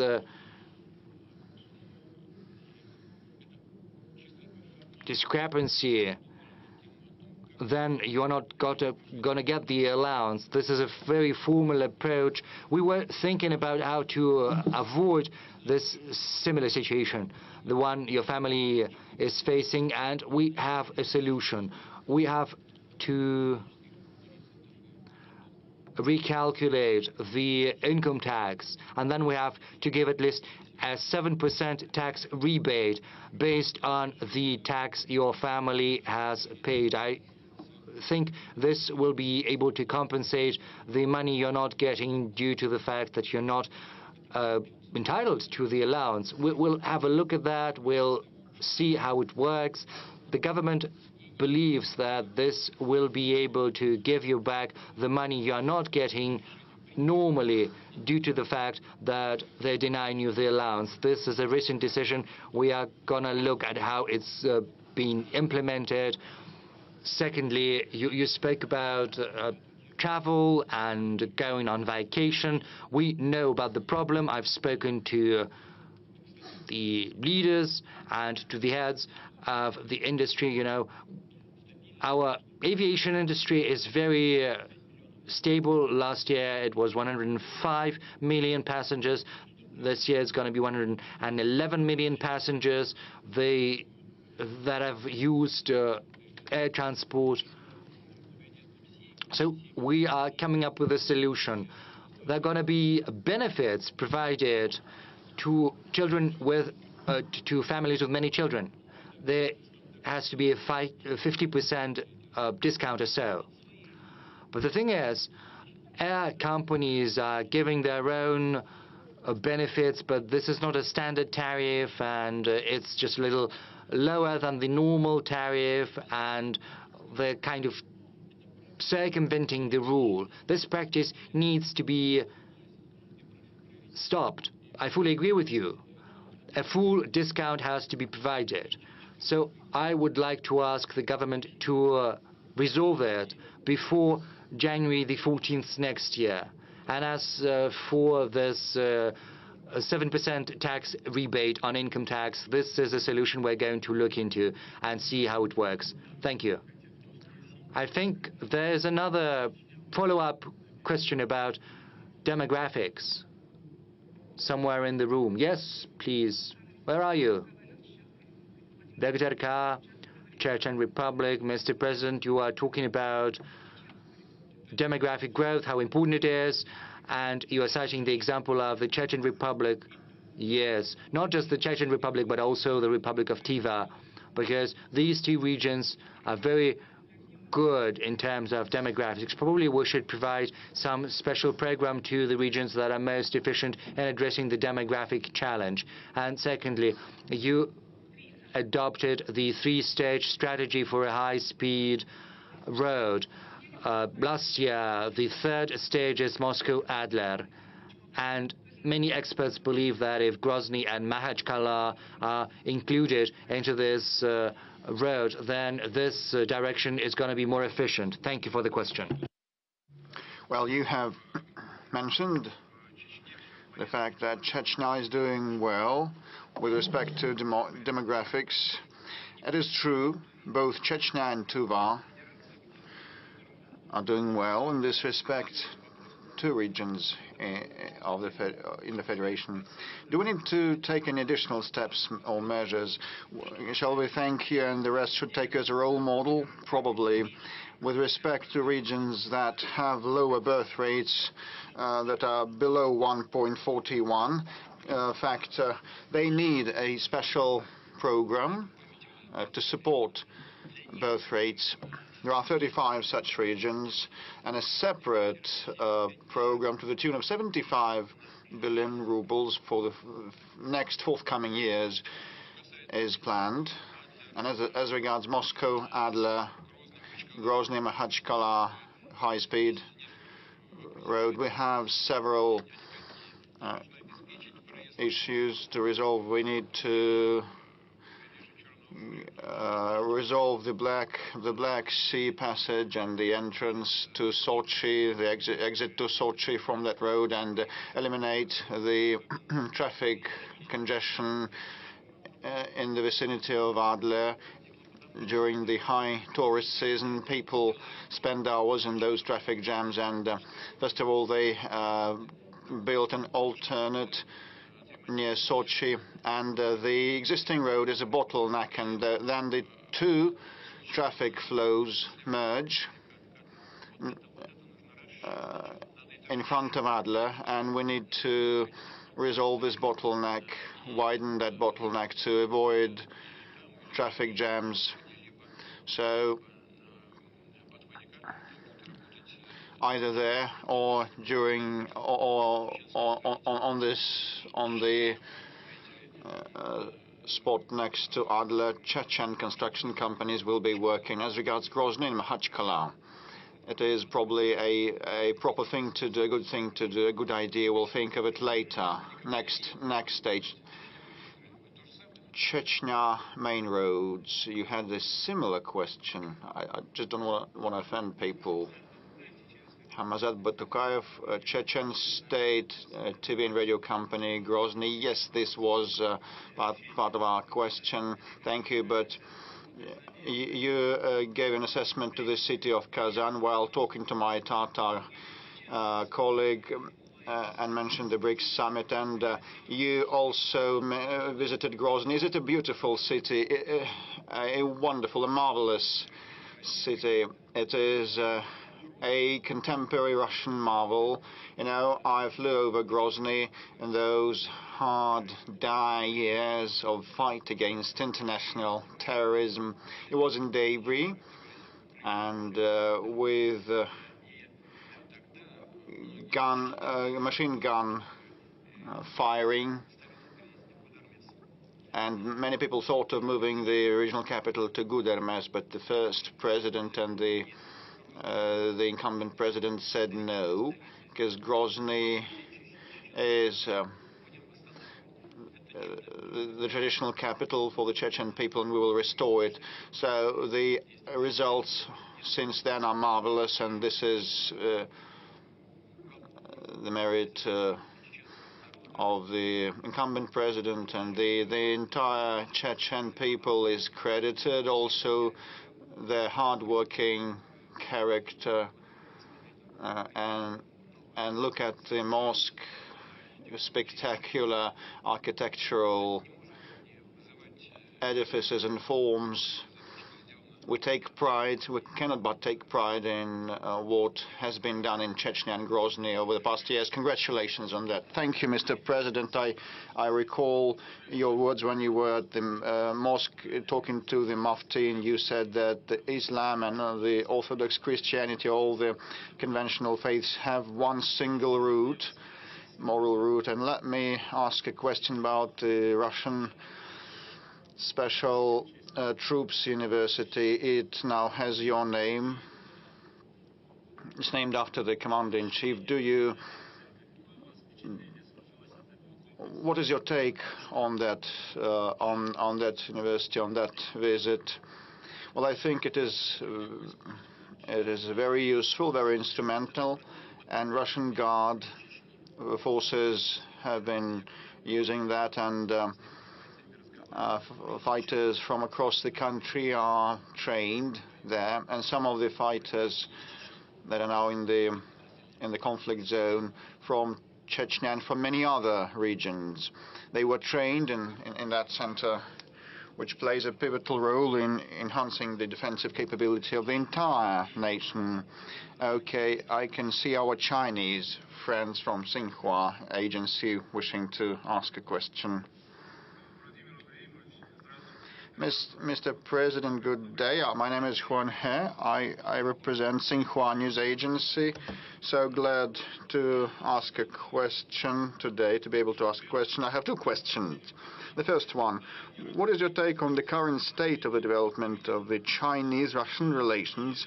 Will you tell us about the main outcomes of the cooperation between our countries? And my second question, next year, China and Russia will mark 80th anniversary of the victory in World War II, and 80th anniversary since the United Nations were founded.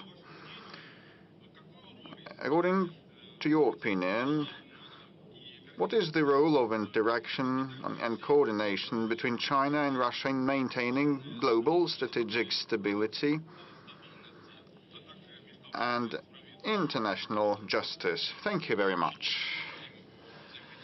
Well, we speak a lot about the bilateral interaction of China and Russia. Next year will mark 75th anniversary since the diplomatic ties were established. Over the past years, a lot happened, and we've gone through a lot together.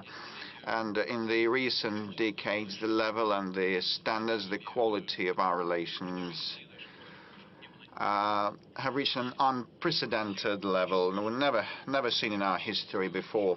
I'll mention the economic component, but this is built on mutual trust and confidence.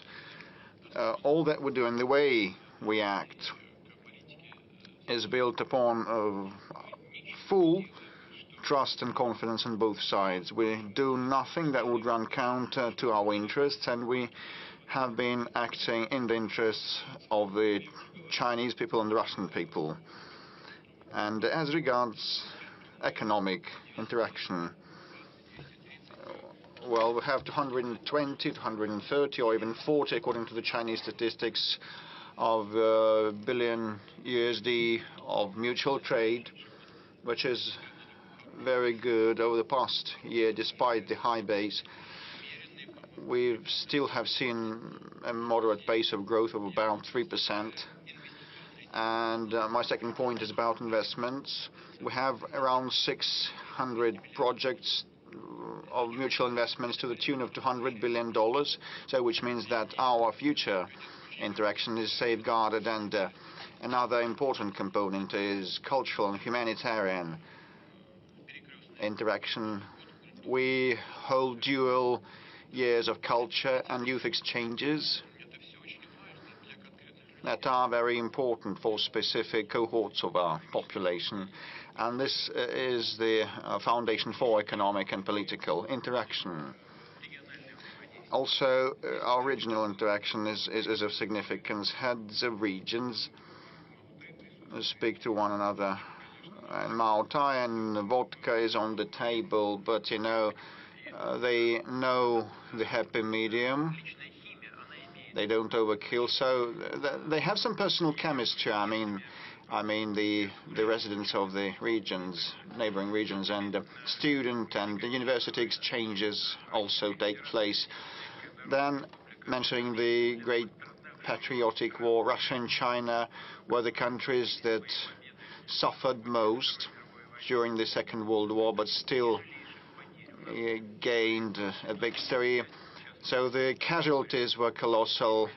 We lost 25 or to 27 million people, and China lost even more, around 30 million people in casualties. So the things that the Japanese militarists did on Chinese land are horrendous, and the Chinese people went through that ordeal. And we stood side by side then, and we stand side by side now, which is a most important factor of global stability. And originally, the United Nations was established for the sake of this stability, and the Permanent Security Council members include Russia and China, and we almost always coordinate our approaches on international arena. And definitely this is a very important pillar of international affairs, so we'll keep acting in this vein. Please convey my best wishes to the leader of the People's Republic of China, a person whom I believe to be my personal friend, President Xi. So please, I call on everybody to ask no more than one question and be succinct. Kuban region in the central sector. Please ask yours. Good afternoon. Krasnodar region, the Lights of Kuban newspaper, Marina Smirnova. The question is as follows. Nowadays, the talks are rife about the migration issue. Ways to resolve it are entertained. The Krasnodar territory is a big region and cohesive one. Still, we have the issue of migration. We have restrictions in place. Only the construction sector allows patents. And what is your take on these restrictions? And we lack manpower, and what is the way out? So this is a very sensitive and acute issue, not only for this country, for Europe also, and for even more acute for Europe. So we lack manpower. Yes, this is true. We have unemployment at 2.3%, which means it's almost inexistent. Well, our businesses and ministries have been telling me that there's a shortage in the construction sector and manufacturing. It's hundreds of thousands of workers. This is a hard fact. What the way out might be, you ask. So first, in order to reduce the number of the labor migrants, one needs to enhance the labor productivity using new technological solutions that do not require lots of low-skilled workers. And hence, you should focus on high-tech sectors.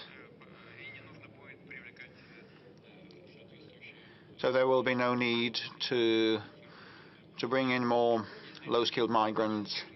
Second, if it's inevitable, we need to act together with our partners, like in some of the countries, like Central Asian countries, in order to prepare people in those republics in advance. They should get to know the Russian language, learn the Russian language, and Russian language studies centers should be established, and the prospective migrants should be knowledgeable of the Russian legislation, and definitely requirements for those already on our soil must be tightened. They should respect the environment they live and work in, and this is the responsibility of the law enforcement bodies. So there are two components here, the economic and the law enforcement ones, and they should merge. There should be synergy between them. We had lots of debates about establishing a separate body or just leaving it as a division within the Interior Ministry, but I believe still that it should stay inside the Interior, and actually a powerful heavy-duty center should be established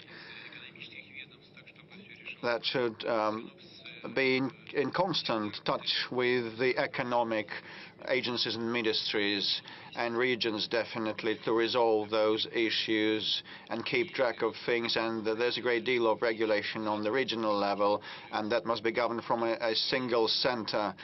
And later on, as the situation gets mature and they acquire new competences in that center, a brand new agency may be established in the future, but it should have the law enforcement component and the economic one. Certain steps in this direction have already been taken or have adopted a law.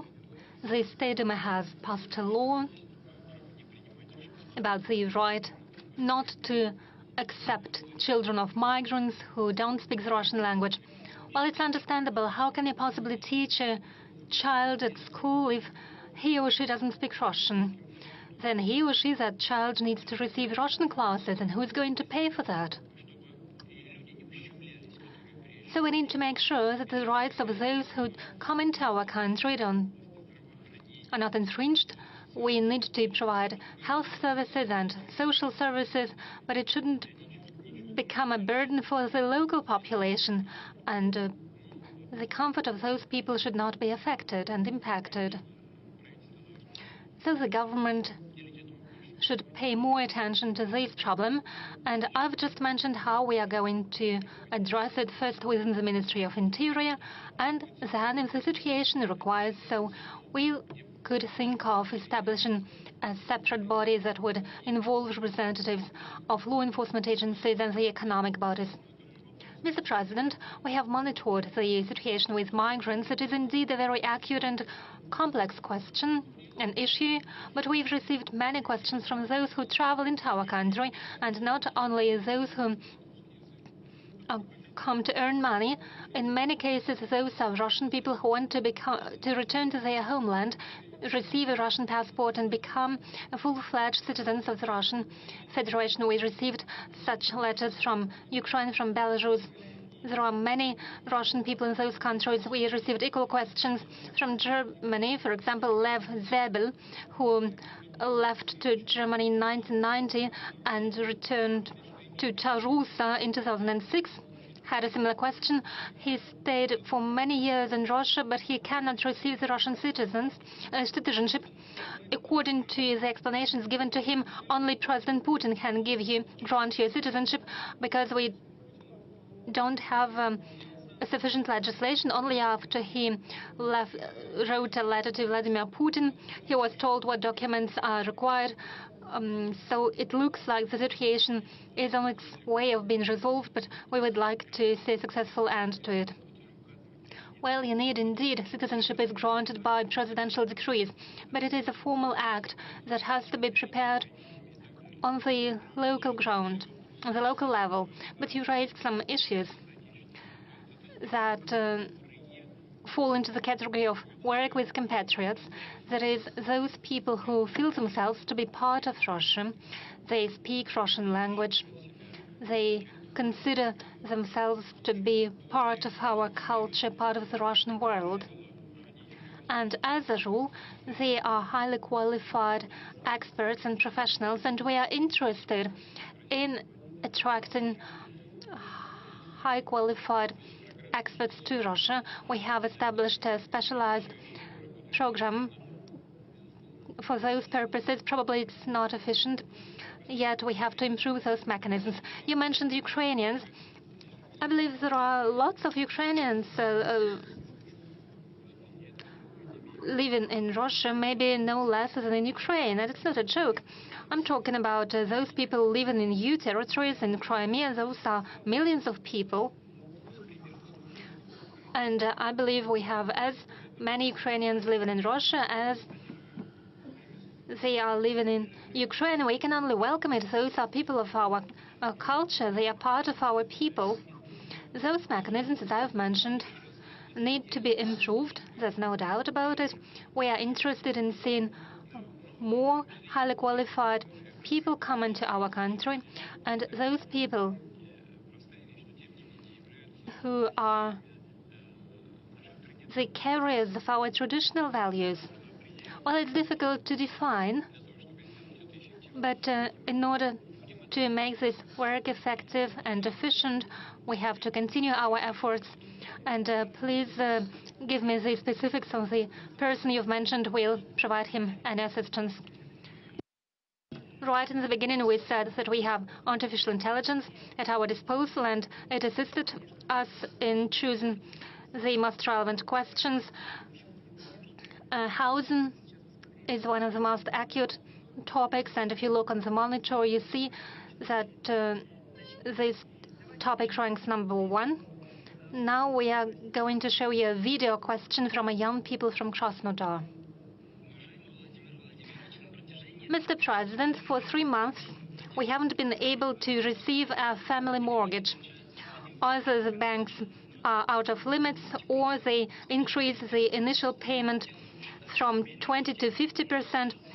What's the future of family mortgage? Because right now it's very difficult to obtain it. And apart from family mortgage, it is almost impossible to receive an IT or rural mortgage. Banks run out of limits, and they don't want to approve claims. And since recent time, banks have introduced a combo mortgage program when they add their interest, and as a result, the interest increases from 6 to 13%. So they simply don't want to provide mortgage loans under the family mortgage program. Thank you very much for raising this question.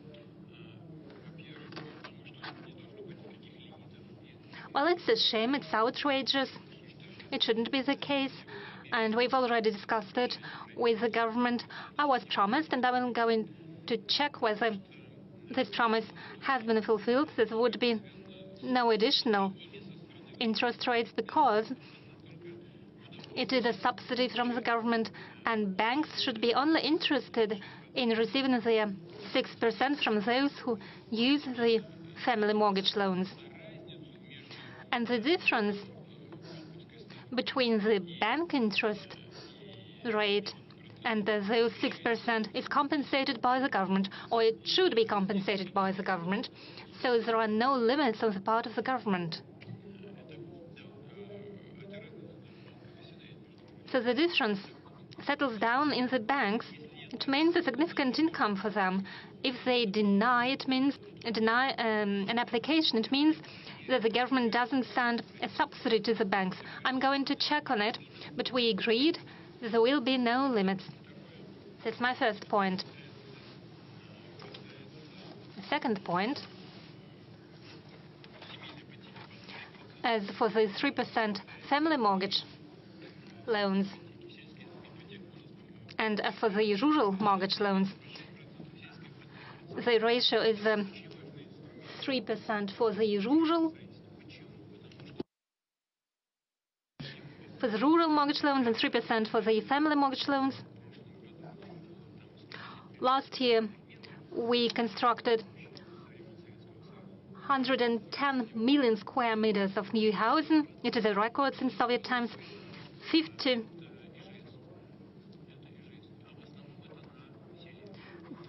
were individual houses, and most of them were built in rural areas. People aged about 40 years take these mortgage loans. They move into rural areas, settle down there, they build families, and these mortgage loan programs should have no limits. About several billion rubles are allocated from budget for these purposes, and it should be preserved. Same for IT experts mortgage loans. It is at about 5 or 6%.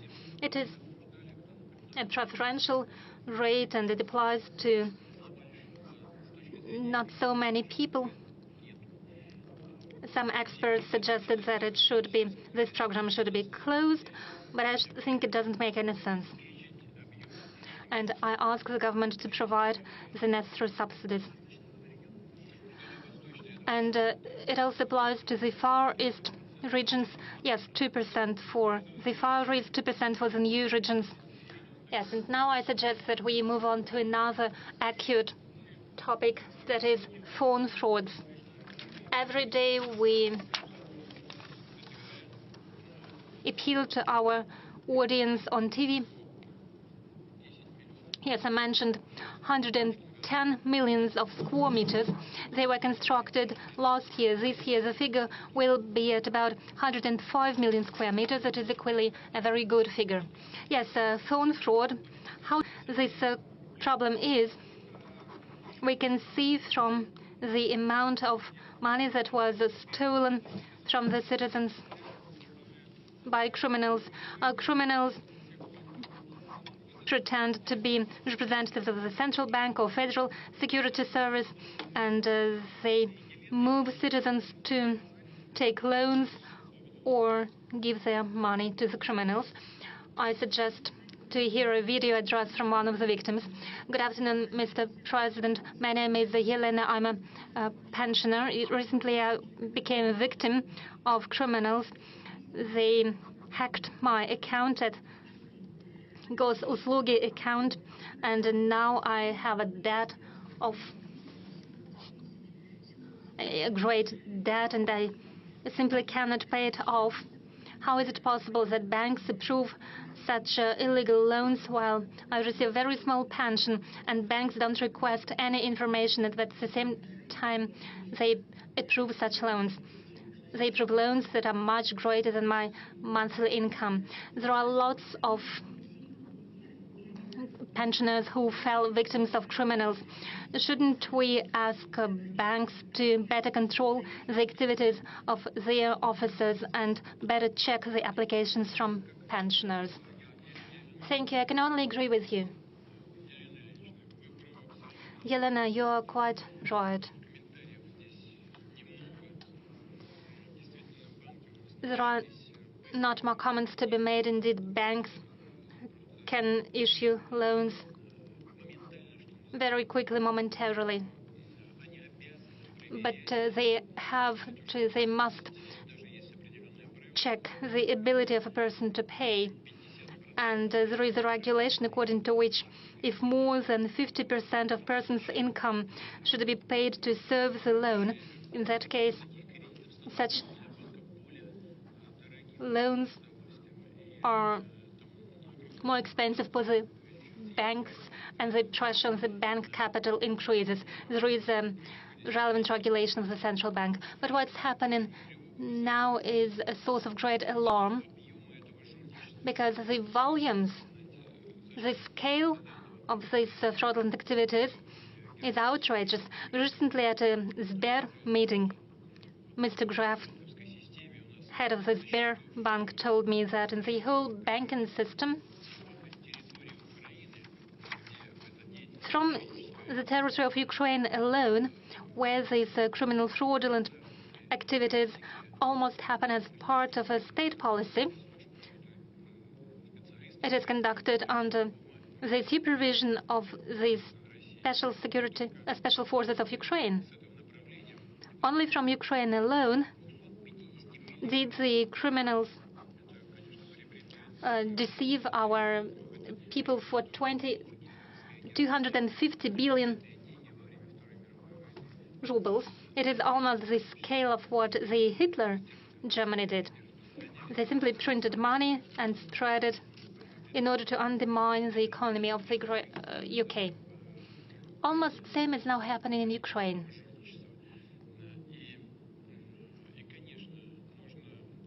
And of course, we have to supervise the situation. We should keep it in focus of our attention. The loans of up to 50,000 rubles should and can be issued online, but starting from 50,000 people and up to 200,000 people is a sum that requires special checks by the people. People should be given more time to double-check their decision and approve it additionally. And when it comes to the loans for more than 200,000 rubles, then people should be given extra time to double-check their intentions. And we need to take the relevant regulations by the central bank, and the banks need to be regulated. Those banks who issue such loans that are uncovered. And there is another problem of which Governor of the Central Bank and the Ministry of Interior have reported to me. We find out that there are people who are not involved, seem not to be involved in those criminal activities, but when people become victims, and this money are first transferred to the third-party accounts, and then criminals receive the money from those third-party accounts, and those third people seem not to be involved when they open their accounts in the banks. So it is a suggestion to increase not only control, but also the responsibility of those people who are in reality involved in these criminal activities. These intermediaries understand why the cards are opened in their name. So there is a proposal for criminal liability for such activities. I'm not saying that it is a solution, but still that's a possible avenue for moving forward. Do you know anyone who suffered from telephone fraud? No, I don't know such people personally, but though there are people, and those I know, they reported to me. They get calls, they used to get calls, and will get calls, I guess, yes, possibly. But when they hear an unknown voice and any offers that have to do with, that end up with certain actions, they put down the telephone or disconnect the call. And I suggest that all citizens of the country do the same. Mr. President, quite often such unknown voices call from call centers that are situated in Ukraine. We've noticed that after strikes against energy infrastructure of Ukraine, the number of fraud calls are decreasing. Simply they're cut off from the power. Yes, maybe we could put those phone centers as one of priority goals. No, priority targets for us are military infrastructure and military industrial complex facilities, also possibly decision-making centers. However, phone call centers, we are not to waste our munition on that. We need to make the necessary decisions domestically. through the necessary institutions at the central bank, at the Russian government, and in the Ministry of the Interior. Mr. Peskov is looking nefariously at us now. Let's get back to the audience. You've mentioned Ukraine, and I see the banner, the other Ukraine. Could you give the mic to them, please? Mr. President, Galina Merkulova, I'm deputy head of the media resources of the international social movement, the other Ukraine. We represented the interests of millions of Ukrainian citizens in the Ukraine itself, unfortunately still under the control of the Kiev regime, as well as in Russia, European countries. We have opened 55 branches of our organization. Our movement believes that, the other Ukraine believes that the only way to save Ukrainians from the criminal, illegitimate regime of Zelensky, which has usurped the executive, the legislative, and the judiciary authorities, is to unite the two peoples, the Russian and the Ukrainian. What are the conditions for you to begin the negotiations with Kiev? If not with Zelensky, then with whom? One more important aspect. Right now, Ukraine sees the persecution not only of the Orthodox Church, of the Russian Orthodox Church. It is basically eliminated. What do you think about that? Do you think that the position of the Russian Orthodox Church has been undermined? Yes. Okay, now first and foremost, please sit down. About the illegitimacy of the regime, I have already spoken on the topic. As I understand, the inspirator of this movement, is this an organization or the other Ukraine? It's a movement. Okay, it's a movement. Inspired by Viktor Medvedchuk? Yes. Yes. We don't see each other. But I know that he also thinks that. Why is the regime illegitimate? And I'll repeat myself once again. The constitution of Ukraine does not have an indication of possibility of the extension of the mandate of the president, even during the martial law.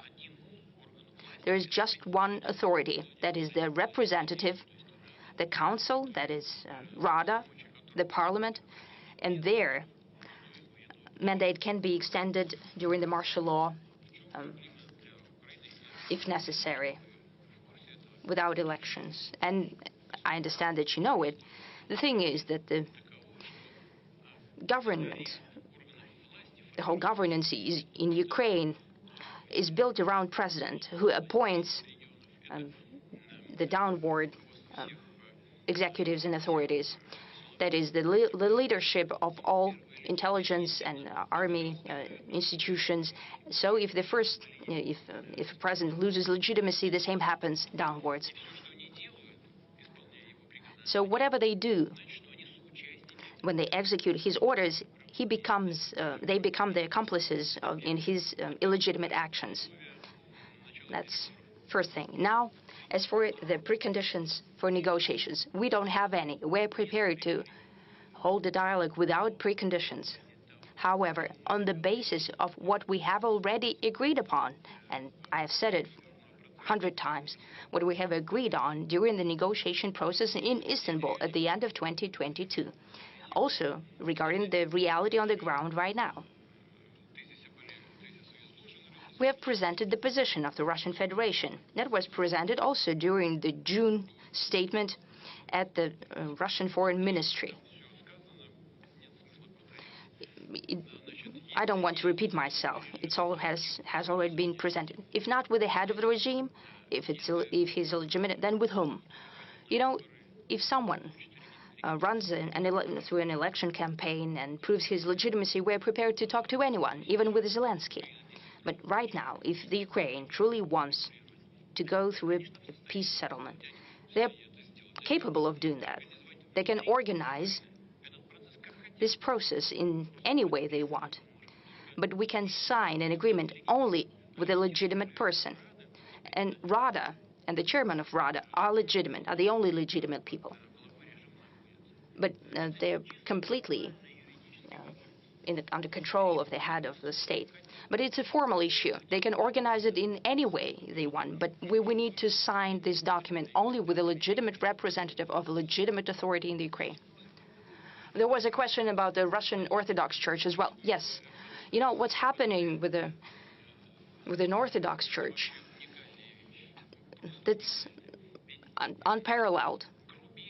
This is a blatant violation, an outrageous violation of human rights, of rights of believers.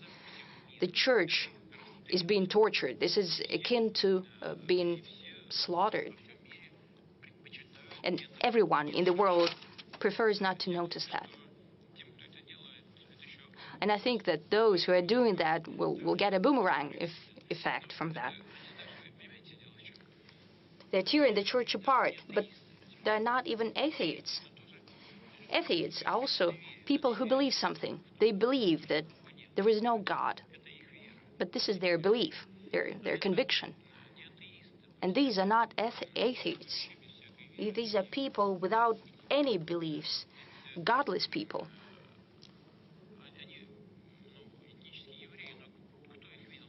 They're ethnic Jews, but has anyone seen them in a synagogue? I don't think so.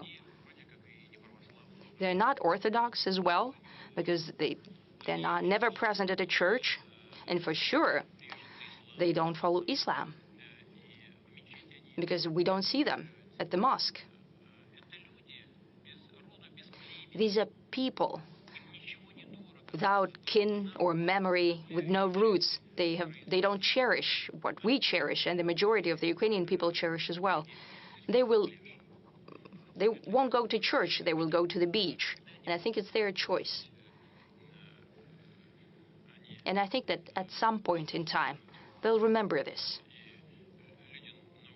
And the people in the Ukraine, and the majority of people in the Ukraine, have something to do with the Orthodox Church. They will evaluate their actions. 2 or 3 questions to the audience. I cannot help but give the floor to Purga Radio, or the Blizzard Radio. Blizzard Radio, Chukotka region. Anastasia Lavrentieva, thank you for this opportunity. I'm looking at the screens, and they're showing the relevance of topics for the regions. And I get confirmation that my question is truly relevant and concerns many citizens of my region. It's about the internet and communications. We in Chukotka have high-speed internet only at the capital of our region, just one city. Other citizens of the region do not have such benefits of the internet. No entertainment, no banking services, no Gosuslugi app. They're unavailable to the majority of the people of Chukotka. Could you please help us with the bridging of the digital gap if possible? Thank you. I don't think there is a lot to say about that, because we have a high-speed internet development program and communications program, our satellite constellation and so on, especially about constellation that has to do with communications. It will be done, for sure.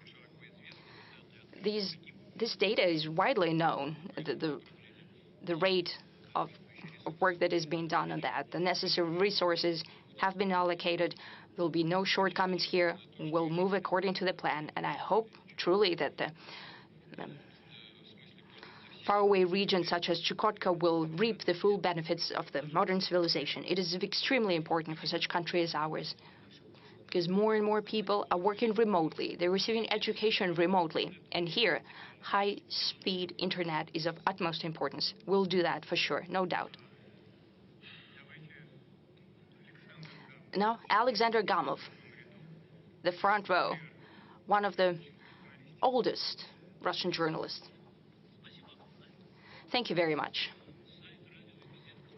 Komsomolskaya Pravda website and a newspaper. I'm here with girls, with Marina, Putin team representatives. We haven't spoken about that, but I wanted to congratulate all of us and you, Mr. President, I think this is the 20th press conference, though colleagues trying to correct me here, saying that it's 21st press conference.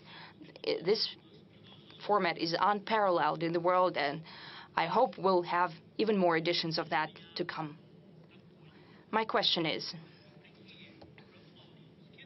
contrary to the skepticist prognosis, the presidential program, Time for Heroes, did not become just a single-use program, just a rubber stamp program. What were your personal hopes for this program? Were they fulfilled? Or what kind of expectations do you have now? And just a last-moment question. Why don't we cherish and protect enough, our heroes? Not only the death of General Kirillov. He was mentioned as an aside today. But there were plenty of cases when our participants of the special military operations were offended, or later the law enforcement interfered, but there were many cases. Now more to the Time for Heroes, the heroic newspaper Komsomolskaya Pravda during the Great Patriotic War. This was a newspaper with frontline correspondents. And right now, since 2014, we have been producing a newspaper in Donetsk and Donbass and Luhansk as well, from the front lines. Next year, we're celebrating 100 years on the 24th of May. My colleagues asked me to give you the invitation for you to come to us. We have Mikhail Petrov here, and he spoke how we celebrated 120 years of TOS.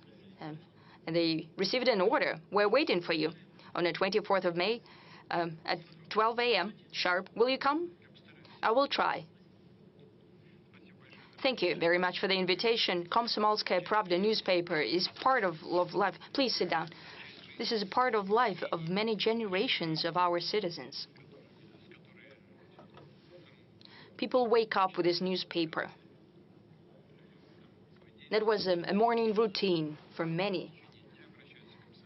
They read it throughout the day. It's becoming more and more modern mass media. It works in all information spheres. This is a lodestone and objective media, and I'd like to congratulate you with the results of your work. Thank you for the invitation. Now, as for the Time of Heroes platform, I spoke that I came up with this idea after meeting students and also participants of the special military operation in St. Petersburg. I sat there and it occurred to me that I had in front of me the people who were the future of the country. And that's when it occurred to me to build this platform. I won't hide it. I came back to Moscow. I spoke to my colleagues. I asked the administration to work this through, and they came up with the name, the Time of Heroes. And I think it's very apt. 43,000 applications came in during the first stage. And of course, we went forward with a very rigorous selecting process. Just 83 applications went through to the next stage. We need to make sure that they've got the education, they fit the parameters, because they will have to work, and the government and big companies and municipalities, ministries and agencies. I spoke about this during my meeting with United Russia, but I have to say all of them, every one of our people fighting for our country and the special military operation are worthy, but we have to make sure that they fit the field they want to work in, because they need some experience, education, because it's one thing fighting for your country and another working with people. You have to have a certain predisposition as well as a talent, because these activities are somewhat different. And we have to choose the people who are willing and capable of working there. And so far, there hasn't been a single hiccup. All of them have fit perfectly. Right now, we've launched the second stage. 15,000 applications have already been filed. The period for applications has been extended until mid-January, mid-February, or something like that. And this process will keep going. As far as the first batch is concerned, many of them are working. Some of them have been appointed as heads of Russian regions. Many of them have found themselves in business, in entrepreneurship, in the government at all levels, federal, municipal, regional levels, working in big companies as well. And I would like to reiterate something that I spoke about during the United Russia Convention. I've recently visited a rehabilitation center. There are soldiers with trauma, with injuries. Some have missing limbs, but I can see a spark in their eyes because they are willing to work, and they're capable of doing that because modern rehabilitation techniques allow that. They can work in a fully fledged manner without any health restrictions. The only thing they need is a helping hand. You know, I remember the face of one of those guys. He said, yes, I understand, I do not have the education, I have neither education nor experience, but I want to do that. And these are precisely the people we need, those who are willing to work, who want to work, and all they need is a little help. You know, when I was still doing judo, our coach, Rackling, said, do as many pull-ups as you can. And some of them did a lot more than I did. And you know, we asked him many years after, you decided to take in some of us who didn't make as many pull-ups as others, but he said, you know, you went to the end. Your hands were trembling, your arms were spasming as well, but you made as many pull-ups as possible, whereas the others did as many pull-ups as they required, and they didn't fight. So you were willing to go all the way. And these men are just like this, and they need some help. Oh yes, that's a very important question. I understand. Yes, you're right. First, these attempts are not the first ones. We are aware of what the adversary is seeking to do.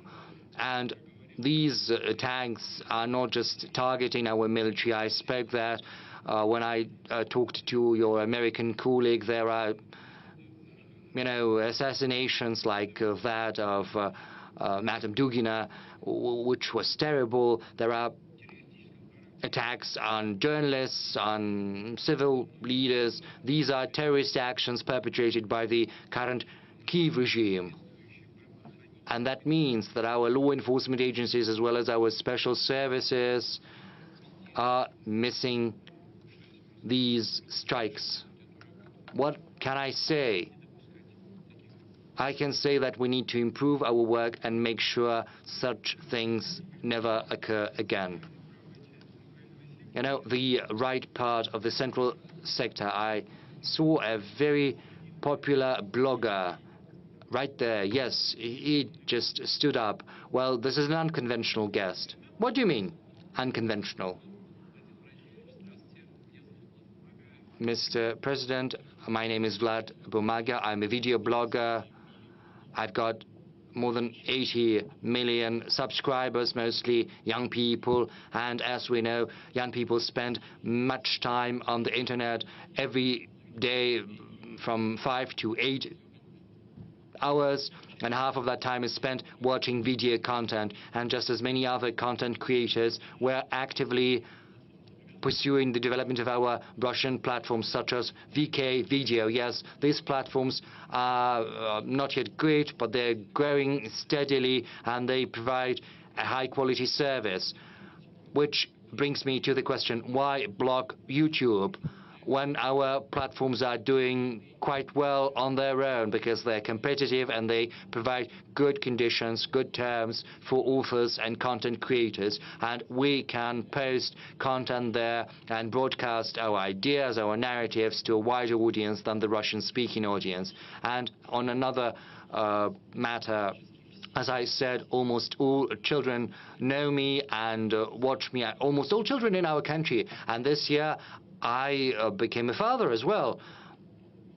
My congratulations. And my congratulations to your wife, because first and foremost, she's the one to be credited with that. Yes, I'll do that. So I am a person who creates video content which many children are growing on. So what are the values I have to broadcast, and is there anything that I shouldn't do?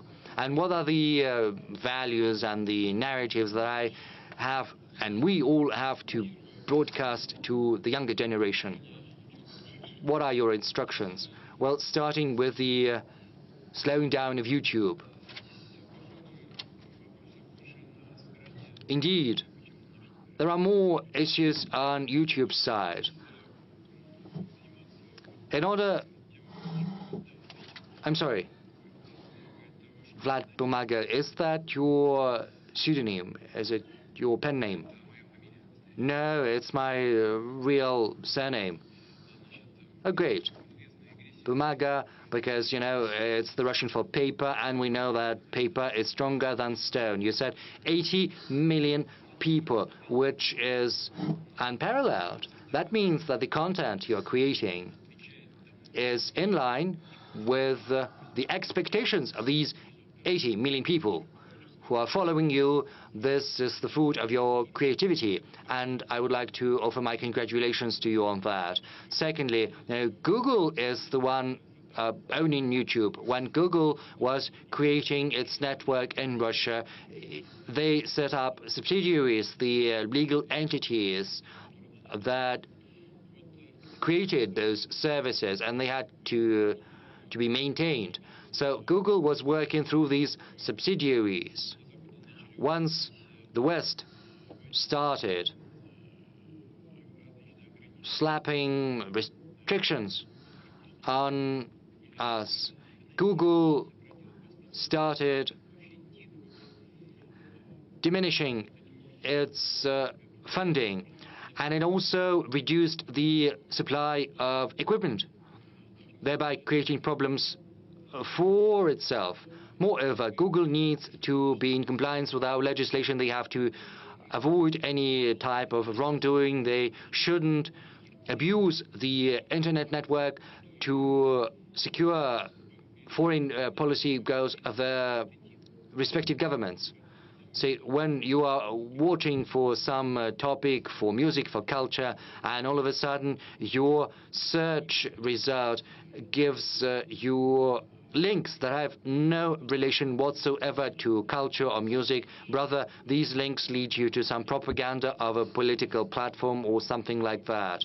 Or they are trying to take out of circulation the names of our artists, our bloggers, or political leaders, which is all something that constitutes a violation of Russia's legislation, and hence the grievances the Roskomnadzor has with them, that is the organization that is responsible for the control and the supervision of the internet.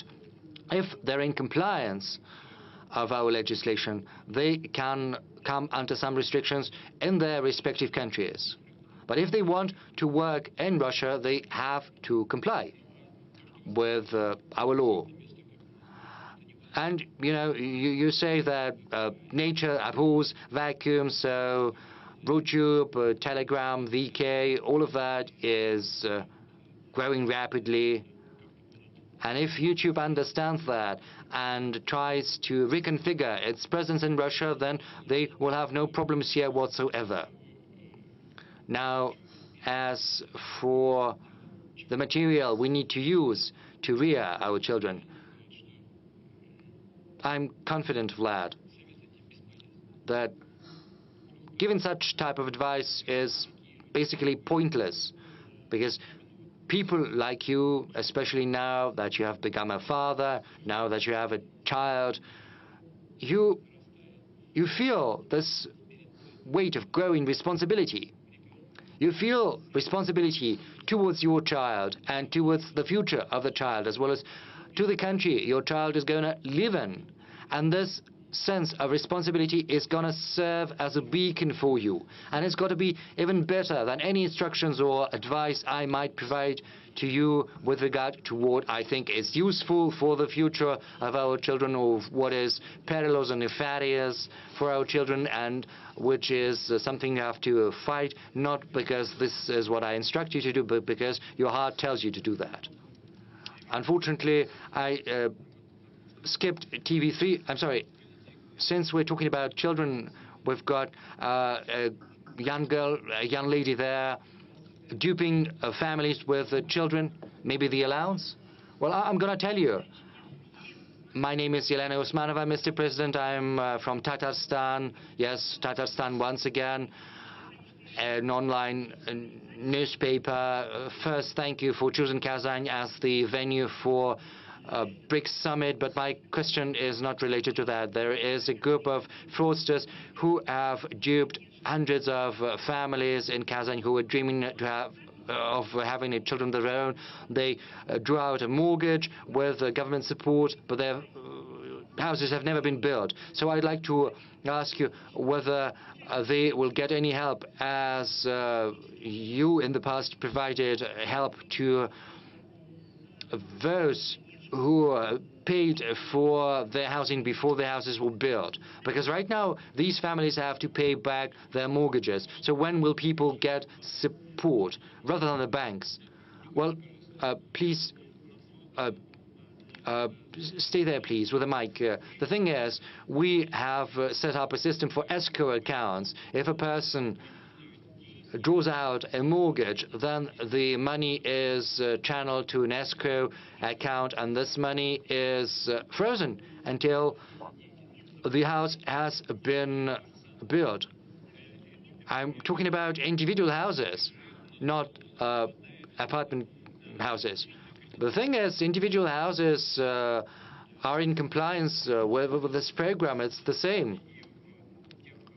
It's 3%.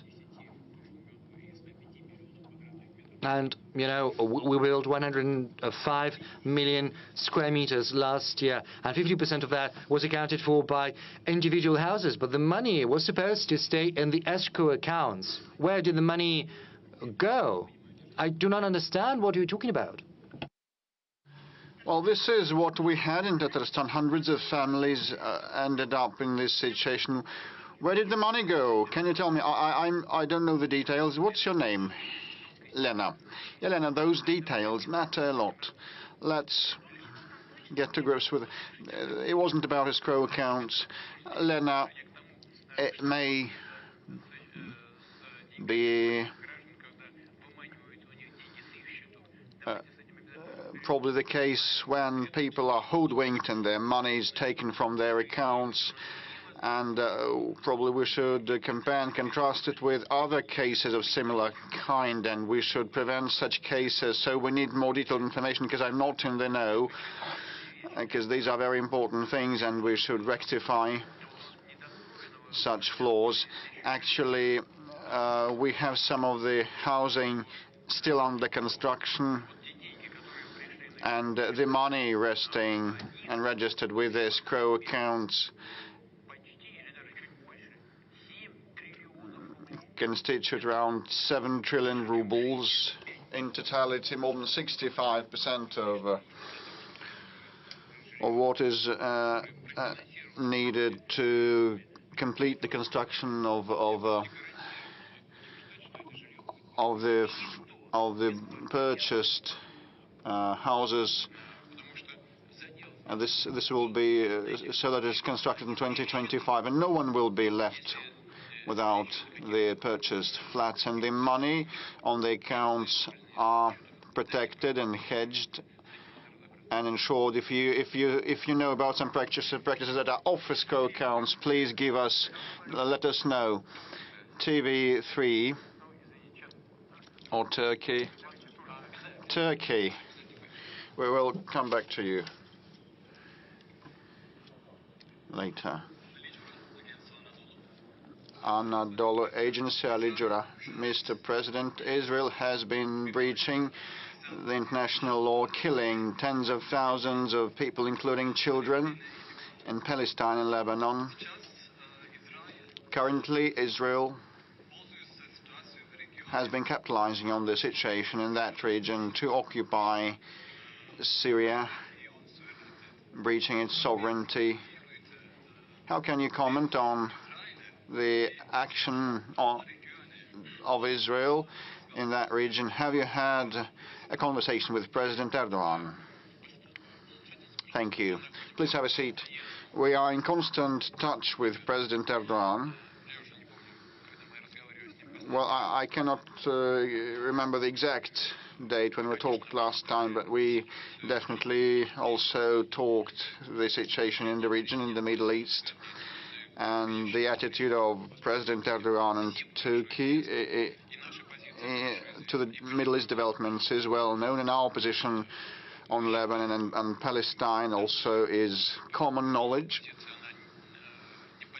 Our stance is not subject to political expedient situation, and we believe that the resolution of Palestine issue can be attained only with the help of removing the root causes. So the Security Council back in the past opted in favor of a two-state solution, Israel and Palestine. Israel was established, Palestine is yet to be established. This is the issue, this is the problem, and Israel has been continuing its unlawful settlement activities to date. I'm not sure what goals Israel pursues in Gaza, but you know, this merits only condemnation, and we did that on many occasions at all levels, including the public and civil level, and expressing our position in the Security Council of the United Nations. Nothing to add here. Same refers to Lebanon. As regards Syria, I believe, frankly speaking, Turkey has been trying to safeguard its safety on its southern frontiers and create conditions for the return of the refugees back home from its own territory to the Syrian land.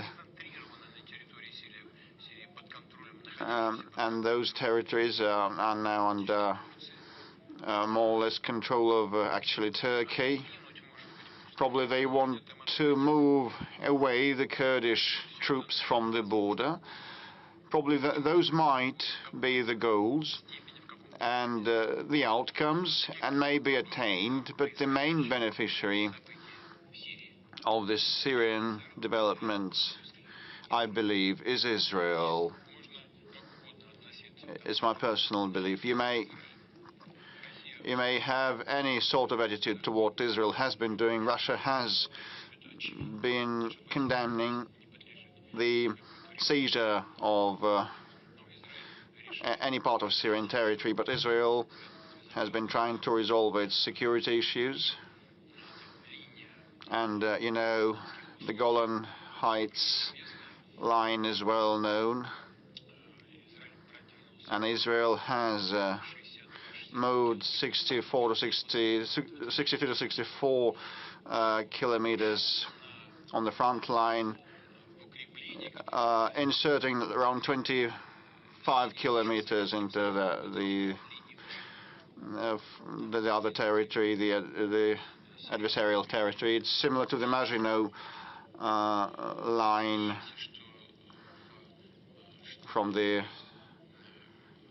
20th century history, and real fortifications, formidable fortifications and solid ones have been built, and we hope that sooner or later Israel will withdraw. But Now they have been pulling in troops, right, like several thousand of troops, and they're going to reinforce the contingent there, I think, and local people have appealed and called on Israel to include those territories into Israeli state, and if it all boils down to disintegration of Syria, this will be decided by the UN in line with the UN Charter and the self-determination rights nations have.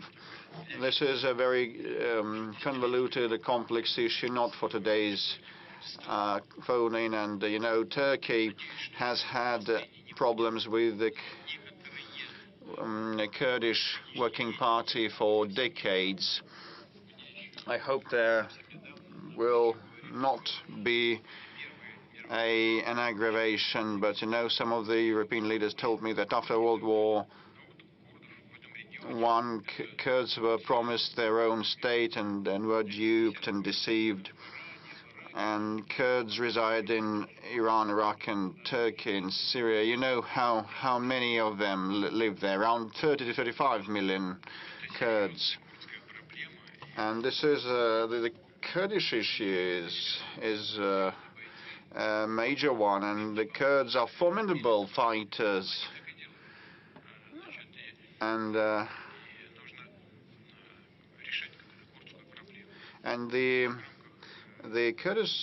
Kurdish issue should be resolved, and it should have been done under President Assad, and it should be done with dealing with the current authorities in control of Syrian soil, and Turkey also needs to ensure its security. This is not for today's event, you know, but there will be lots of issues to resolve. But we abide by the international law, and we believe that all nations, all stakeholders' interests should be safeguarded, including the current Syrian authorities. On this issue, we are on their side, and we are in touch with all the major groups that control a situation in Syria. TV3 military correspondent Alexander Malkevich. Just in a nutshell, the fighters asked to convey words of gratitude. Last week you met with Human Rights Council members and supported the idea of creating the Museum of Special Military Operation. This will be our media Oreshnik, so to say, and our legendary Leningrad regiment has been rendered the name of Guards Regiment, so gratitude for that. So, and what is your assessment of the fund on a scale of 10 points? And what are the main goals for the foundation for next year, and the main criterion of the efficiency of the foundation for? Have a seat. With respect to the work of the foundation, Defenders of the Fatherland, that was established in June. This foundation was established, you know, after my meeting with the mothers of the special military operation participants, with the widows, and I figure that the regular support methods to back our servicemen and support the families of the fallen heroes are insufficient, and we need a special arrangement to be established, including for those who get out of touch with the army. So the Defenders of the Fatherland Foundation was established for this sake. When they leave the military service, they still need the attention and care from the government, and it should not be formal, it should be targeted, individual to each family, to each fighter. So this is the statutory goal of the foundation. It has to resolve social and welfare issues like allowances, payouts, receipt, prosthesis and artificial limbs, supply for those who need that, and they procure the entire service, not just the limb. And it is they have been carefully pre-selecting the prosthesis types and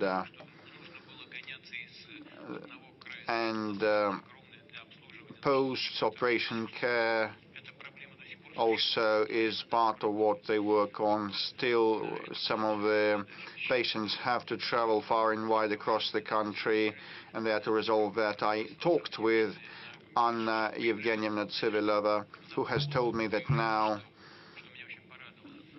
the requests start coming from the fighters with respect to future employment, which is very important, and also about practicing sports and participating in cultural events, and this is so good. So it means that we are seeing a change for the better, which is very good.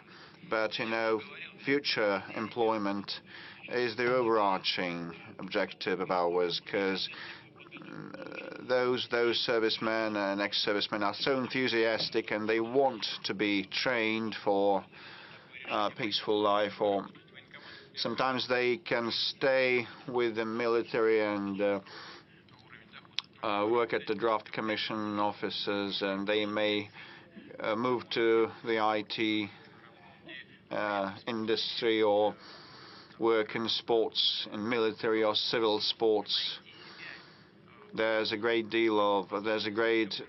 number of opportunities given the level of technological advancement and individual wishes. And overall, they have been successful. There are still some issues, and some issues remaining, but some of the people working there were directly related to the military operation. Those might also be widows of the fallen fighters, or mothers of those who still are on the battlefield. So these are caring, non-indifferent people, and the servicemen that came back from the front line also work in that foundation. This is why it is efficient in its operations. I didn't want to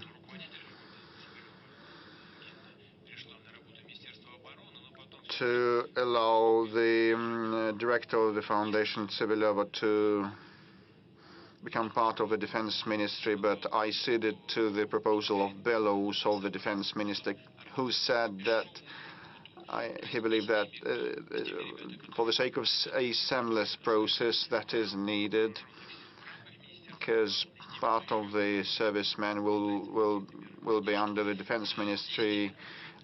Some of them are on the front line, and others have left the army, so we need this seamless mechanism. If I'm not mistaken, it was in summer when we established a special social center under the Ministry of Defense, together with the Defend of Fatherland Foundation. They work under a single window system, where people, those who remain in the Ministry of Defense and those who have left the pyramid of the ministry, get united and work on the two tracks. On the whole, there are lots of problems, but we try to fine-tune this work. As you know, they also participated in the elaboration and development of decisions.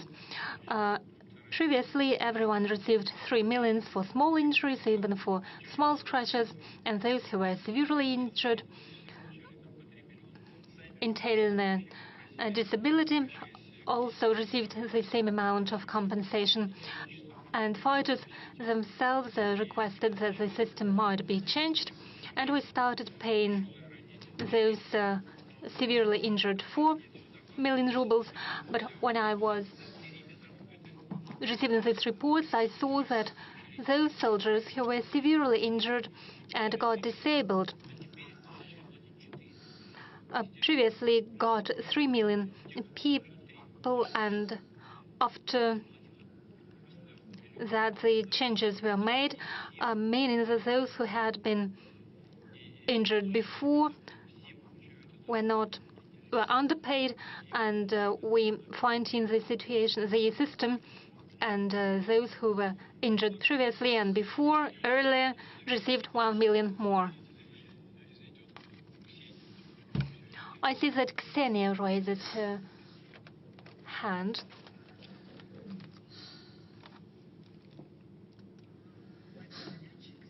Mr. President, Ksenia Sobchak, you touched upon a very important topic, the topic of single window and the capabilities of the Ministry of Defense. I would like to offer a different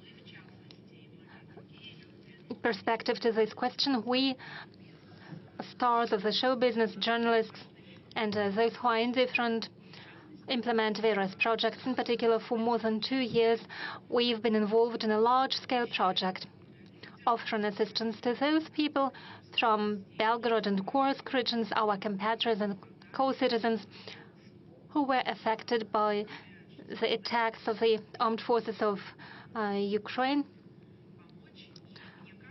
We have provided assistance to hundreds of people, and I believe there are many people who are indifferent. What do you think? How could we provide assistance to those people and establish a single window in order to bring together the civil public initiatives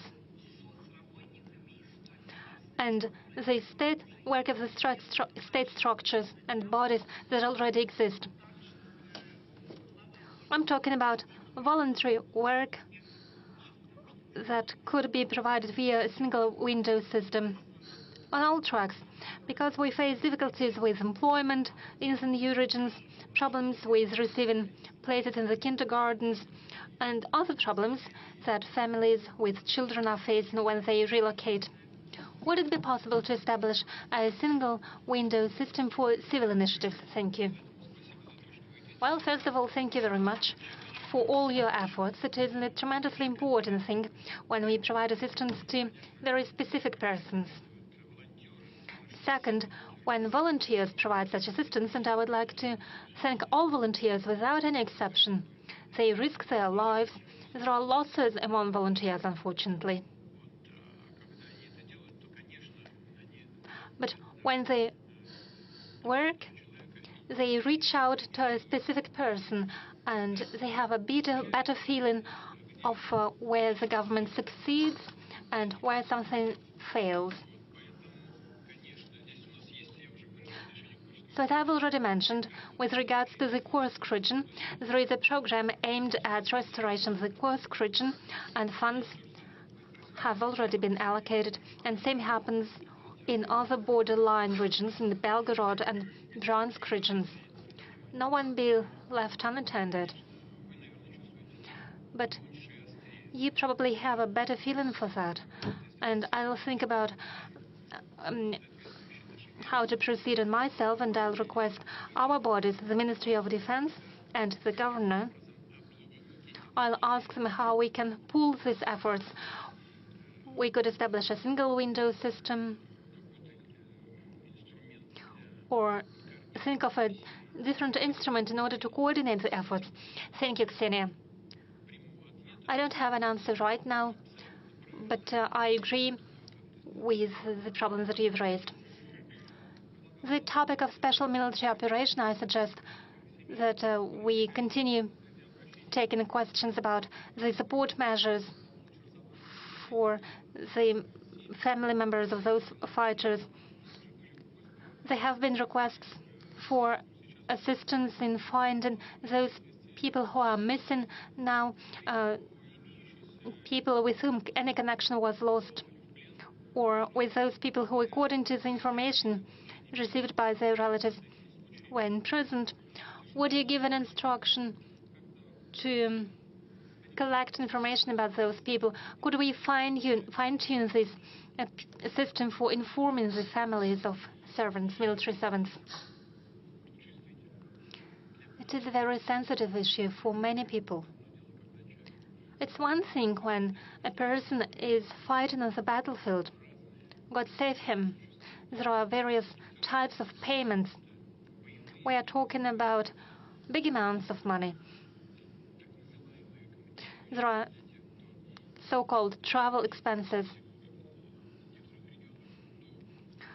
for those servants who were sent to the borderline regions, to the regions of the special military operation before the hostilities broke out there. So they were paid the so-called travel expenses. Since they receive allowances for participation in the hostilities on the front line, and there are small differences in these allowances. But as a person disappears, then we should provide assistance and support to their families. Ministry of Defense is aware of this problem, and at least two things need to be done on this track. First, what we need is to reduce the time for taking final decisions when there is no information, when families no longer receive the payments and the allowances, because there is no person, he doesn't participate in defensive or offensive campaigns and doesn't receive the respective allowances. So the family doesn't receive the financial support. And together with the government, the Ministry of Defense have to take a different decision. What could be done in order to provide at least some of an assistance to those families? Maybe some payments for children.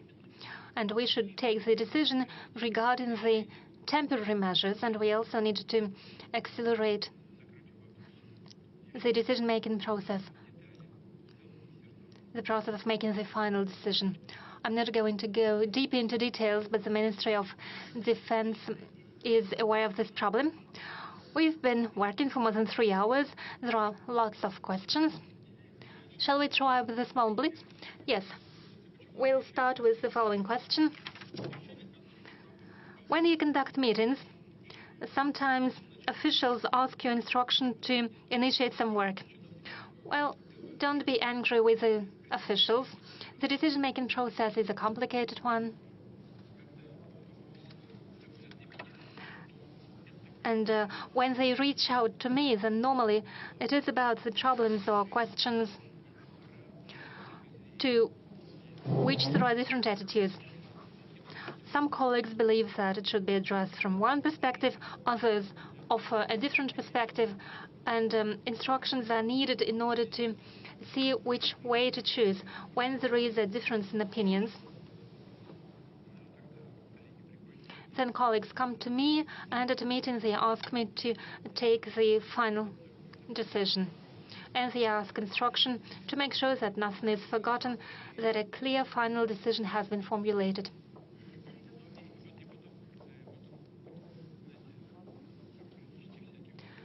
And, there are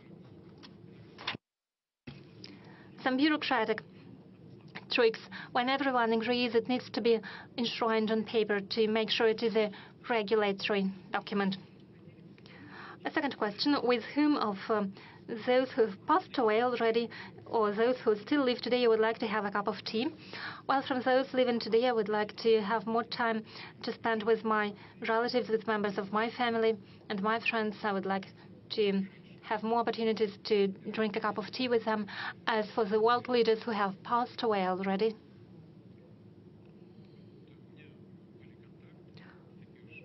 I've had contacts, not so close contacts, but nonetheless, for quite a long time, I had contacts to Mr. Kohl, the German Chancellor. He was a world-scale figure, not only due to the fact that he was a corpulent man, but also thanks to his beliefs. After my very first meeting with him back in 1993, and for a long period of time, after he no longer was German Chancellor, he sometimes regularly, not quite frequently, but regularly came to visit me, and it was my distinct pleasure to talk to him. He was an important figure of his time. He had done a lot for his homeland, for the German people, and he was a real world leader. And I still have warm memories of many of our conversations. They were useful for me, and it is no exaggeration. They were useful.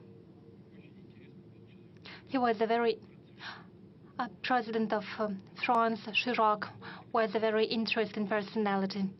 He has encyclopedic knowledge.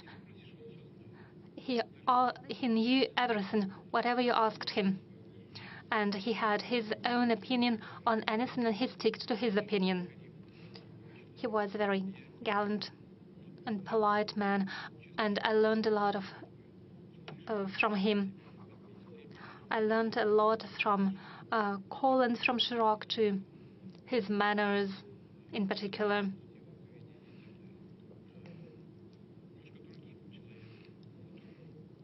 A bit different sort of personality, but nonetheless a very warm person was Berlusconi. Just as Chirac, he accomplished a lot for development of Russo-Italian relations. Regardless of what's happening right now, we feel some affinity to Russia among the Italian population, just as we feel the same affinity to Italians. They've all made a large contribution to the development of our bilateral relations and to the world policy, and it was interesting to talk to them. They were true personalities. They had their own opinion,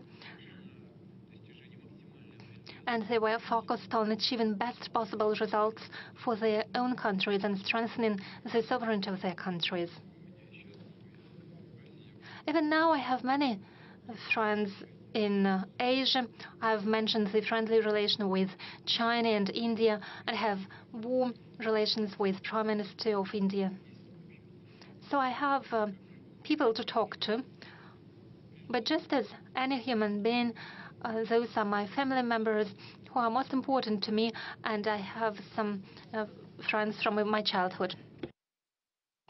I have a semi-question or request for advice. Do you have any banking investments? If so, I used to have a deposit in Sberbank, but when Bank of Russia fell under sanctions, that was the first financial institution, I transferred my money there as an demonstrative act, and I put my salary there. So did Elvira Nabiulina tell you about the interest rate tomorrow? I think it's interesting not only for Valery Simonov, who wrote from Pskov region. No, she does not tell me the interest rate. She possibly does not know herself, because they're discussing it at a meeting of board of directors, their own party meeting, and during the discussion they take the final decision. However, I hope that will be a well-balanced decision that will be in line with the challenges of today. The forecasts of Vladimir Zhirinovsky for the situation in Middle East and the Caucasus are coming true. Will other forecasts of Mr. Zhirinovsky come true? Naturally, I knew Mr. Zhirinovsky very closely. He was not a fortune teller, but he was a person that was larger than life. And he did it remarkably. He was a polymath. He was well-trained. He was actually a specialist trained in Middle Eastern studies. He was a true expert. So what he said is indeed coming true, because he said it based on analysis of what was happening in our country, in the world. So he was forecasting the situation. It is indeed coming true. However, this is a forecast based on true knowledge and the experience that he had as a specialist. I suggest we go back to the Q&A question. Yes, we can do that forever. And we have 200,000 questions. I don't see what's written on your paper, but you've been raising your hand for a while now. A man in a mask? Okay, you'll be the next. Okay. May I? Yes, please. Svetlana Shevchenko, Novosibirsk region. We are an agrarian and industrial region. We create value-added products. We export goods, but we have an acute lack of talent, especially young people. Despite the agricultural mortgage and development of agricultural lands, we lack people. What measures should be taken in order to preserve those who are already living in the village and to attract new generations there? That is a very important question. Agriculture is one of key industries of Russian economy. As I have already mentioned, it shows good growth rate of 3% annually. We are very happy with what is happening in the agricultural sector. I have already given the example. If I'm not mixing anything up, I can tell you that in 1986, the Soviet Union bought 35 million tons of grain. Last year, we have exported 66 million tons. In 2000, we have already started to export grain.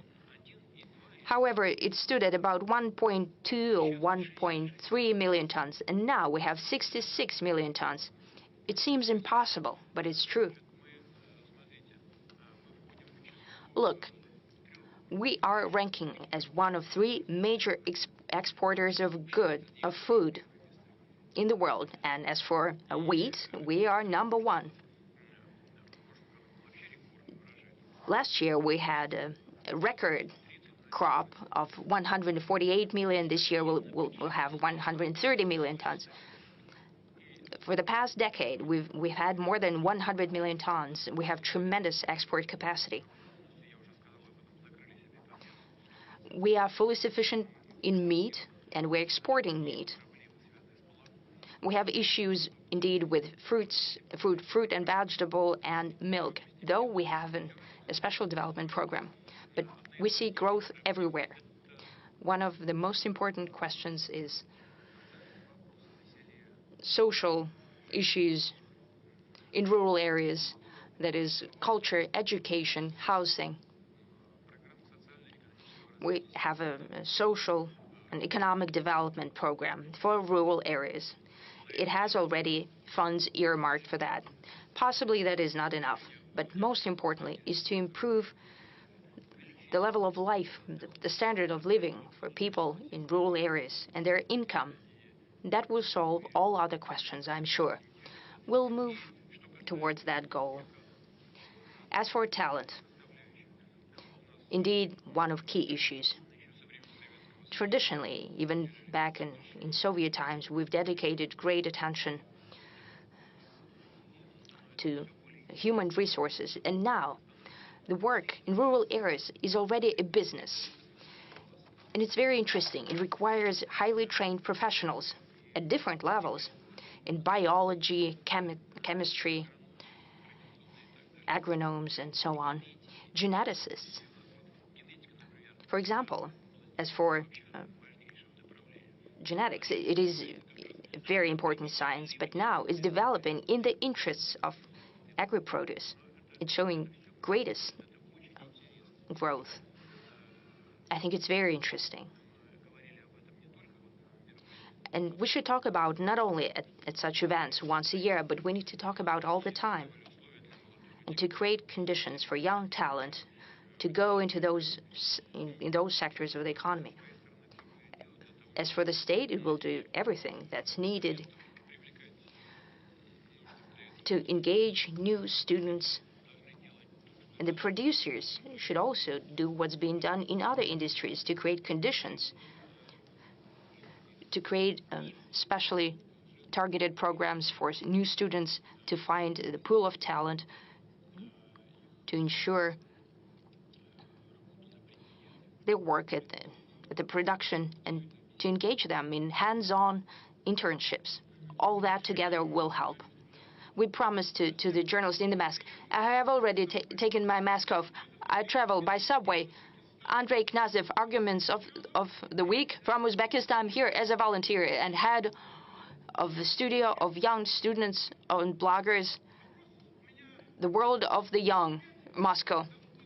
45 years is the time I've spent in journalism. I started in Uzbekistan, and now here I see that paper journalism is dying out. Maybe such bloggers as Vlad Paper can help newspapers that are independent. They don't depend on the state or businesses. They depend on readers only. What do you think should be done for the weekly press not to go extinct? Because bloggers are not always smart, they're not always good. It's a short question. Now, another question that asks to many authorities, including Madam Zakharova, spokesperson of MFA, and she told me to go to Vladimir Putin, direct line. That's why I'm asking questions here. Many of our scientists and many people who see the future are telling us that within 10 or 12 years, the countries of Europe, Japan, the US and beyond, the continent of America, might land underwater, might be submerged in the water, and they will try to ask to resettle into our country, but they're against us. Maybe we should tell them ahead of time. It is a hypothetical situation, but there are such forecasts. I read a lot of newspapers, not some telegram channels and those liars and everything. That's my question.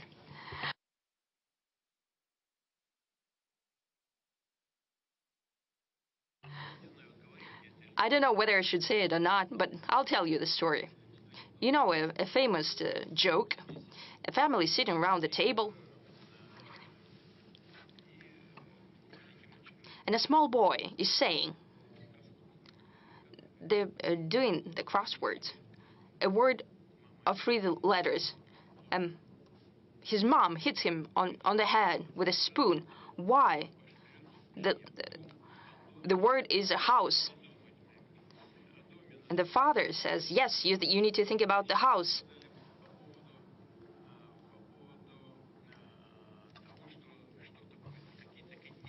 So you were talking about some continents going underwater, and they need to think what would happen to them. But you need to think about home, not about...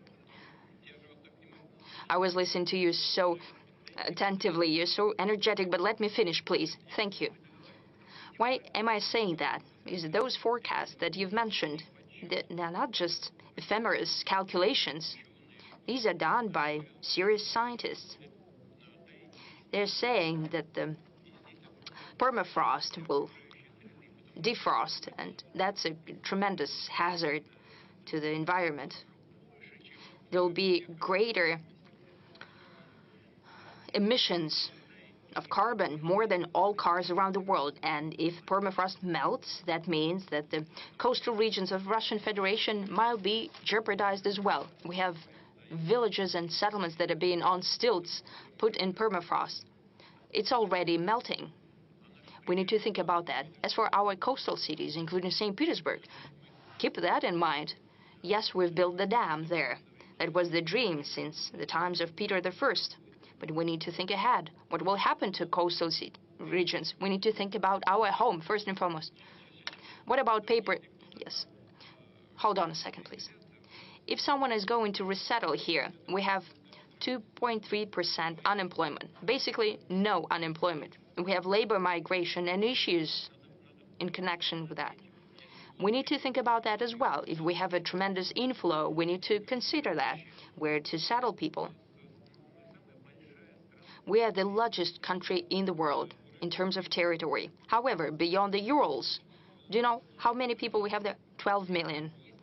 That's not enough. We have territory to resettle people, but we need to think about the social and other types of infrastructure, about the rules. This is not just a idle question. You're presented with great pomp, but indeed the question is there. but we need to think about our domestic issues first and foremost. As for paper journalism and help from Vlad Paper, I'm sure that such people will support you because they're talking about paper journalism. I have a feeling that paper journalism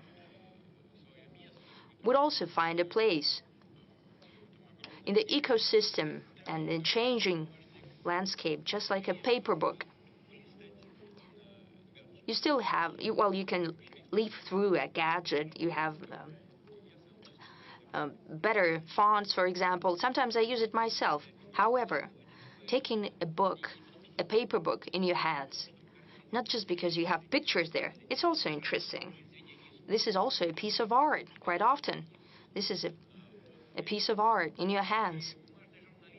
So paper journalism, sometimes taking a paper, Izvestia newspaper or Komsomolskaya Pravda newspaper, if you just leaf through it, there is also a certain pleasure in that. And I hope that those who do that will keep in mind.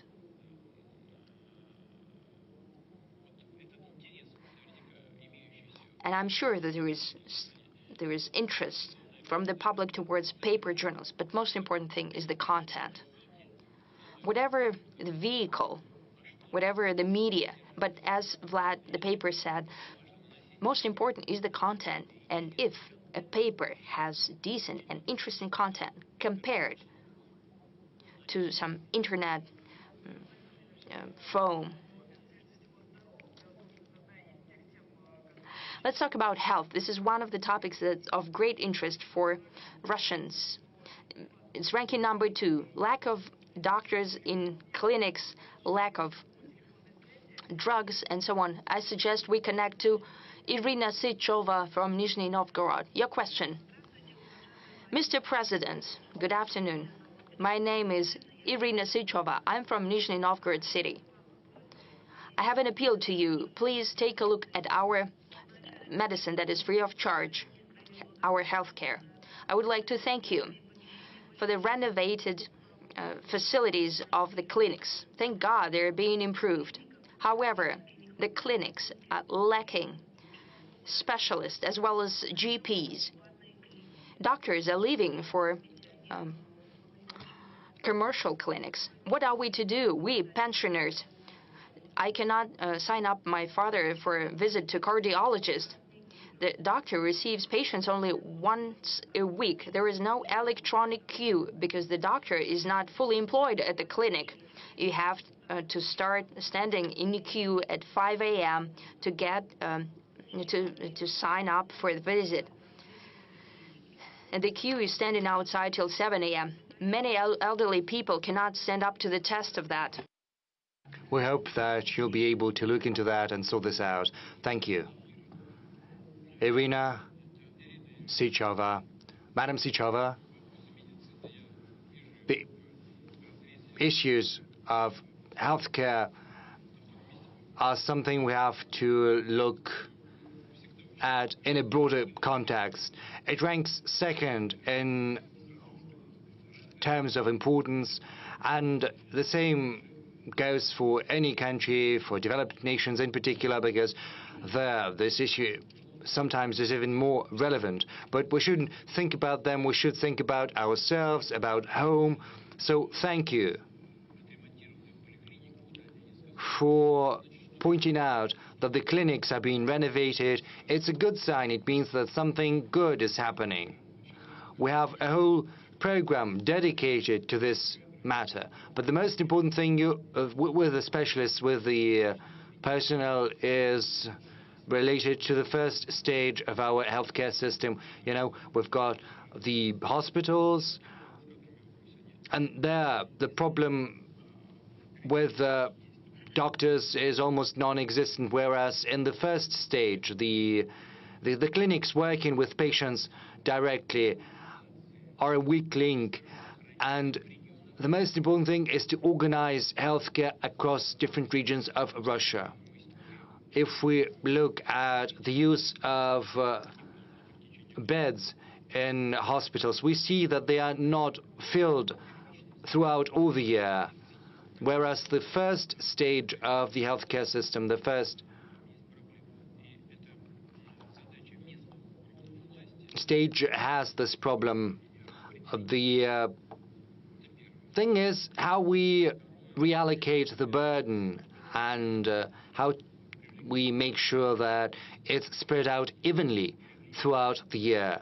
The healthcare ministry is trying to attract as many new graduates as possible to hospitals in rural areas and smaller towns and settlements. We're giving an additional 50 or 29,000 rubles as a premium to those young people who are willing to relocate to smaller towns, and we have seen 17.5 thousand influx of new specialists to rural areas, and we have to continue working on that, and we have to move at a higher pace than we are doing right now. Colleagues will probably help me. We'll jot all of that down, and we'll help you with your father, of course. Let's keep on medicine. We have a smaller number of questions as compared to last year related to deficit of drugs, but there are problems for drugs on prescription. A pensioner from Kerch is writing that she needs drugs against cancer, but unfortunately drugstores cannot provide her with that because they're simply not there on our shelves, and she has to pay from her own pocket. And there is also a lack of saline solution. So people who've got diabetes, they are facing challenges with the supply of insulin. Rashida Iudinova writes to us that in Neftejugansk she cannot get insulin from hospital, nor can she buy it from a pharmacy. From Saratov region, a person writes that he has problems with insulin and also blood sugar test strips. So, Mr. President, what do you think of the current stages of our pharmaceutical industry, and how do we provide our patients with the medical care they need, in particular the drugs they need?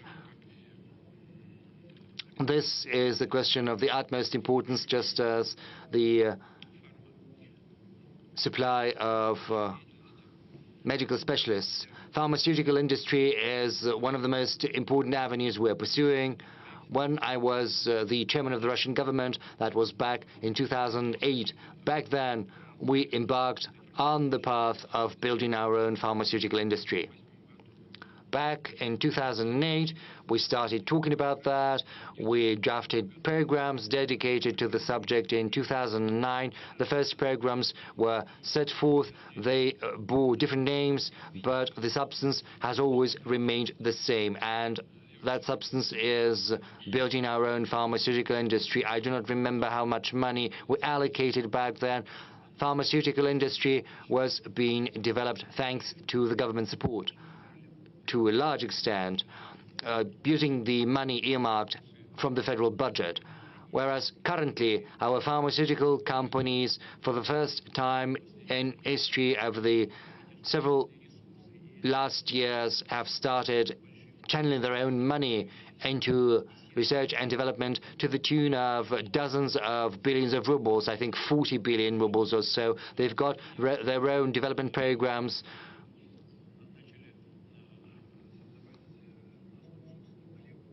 They are using their own formulas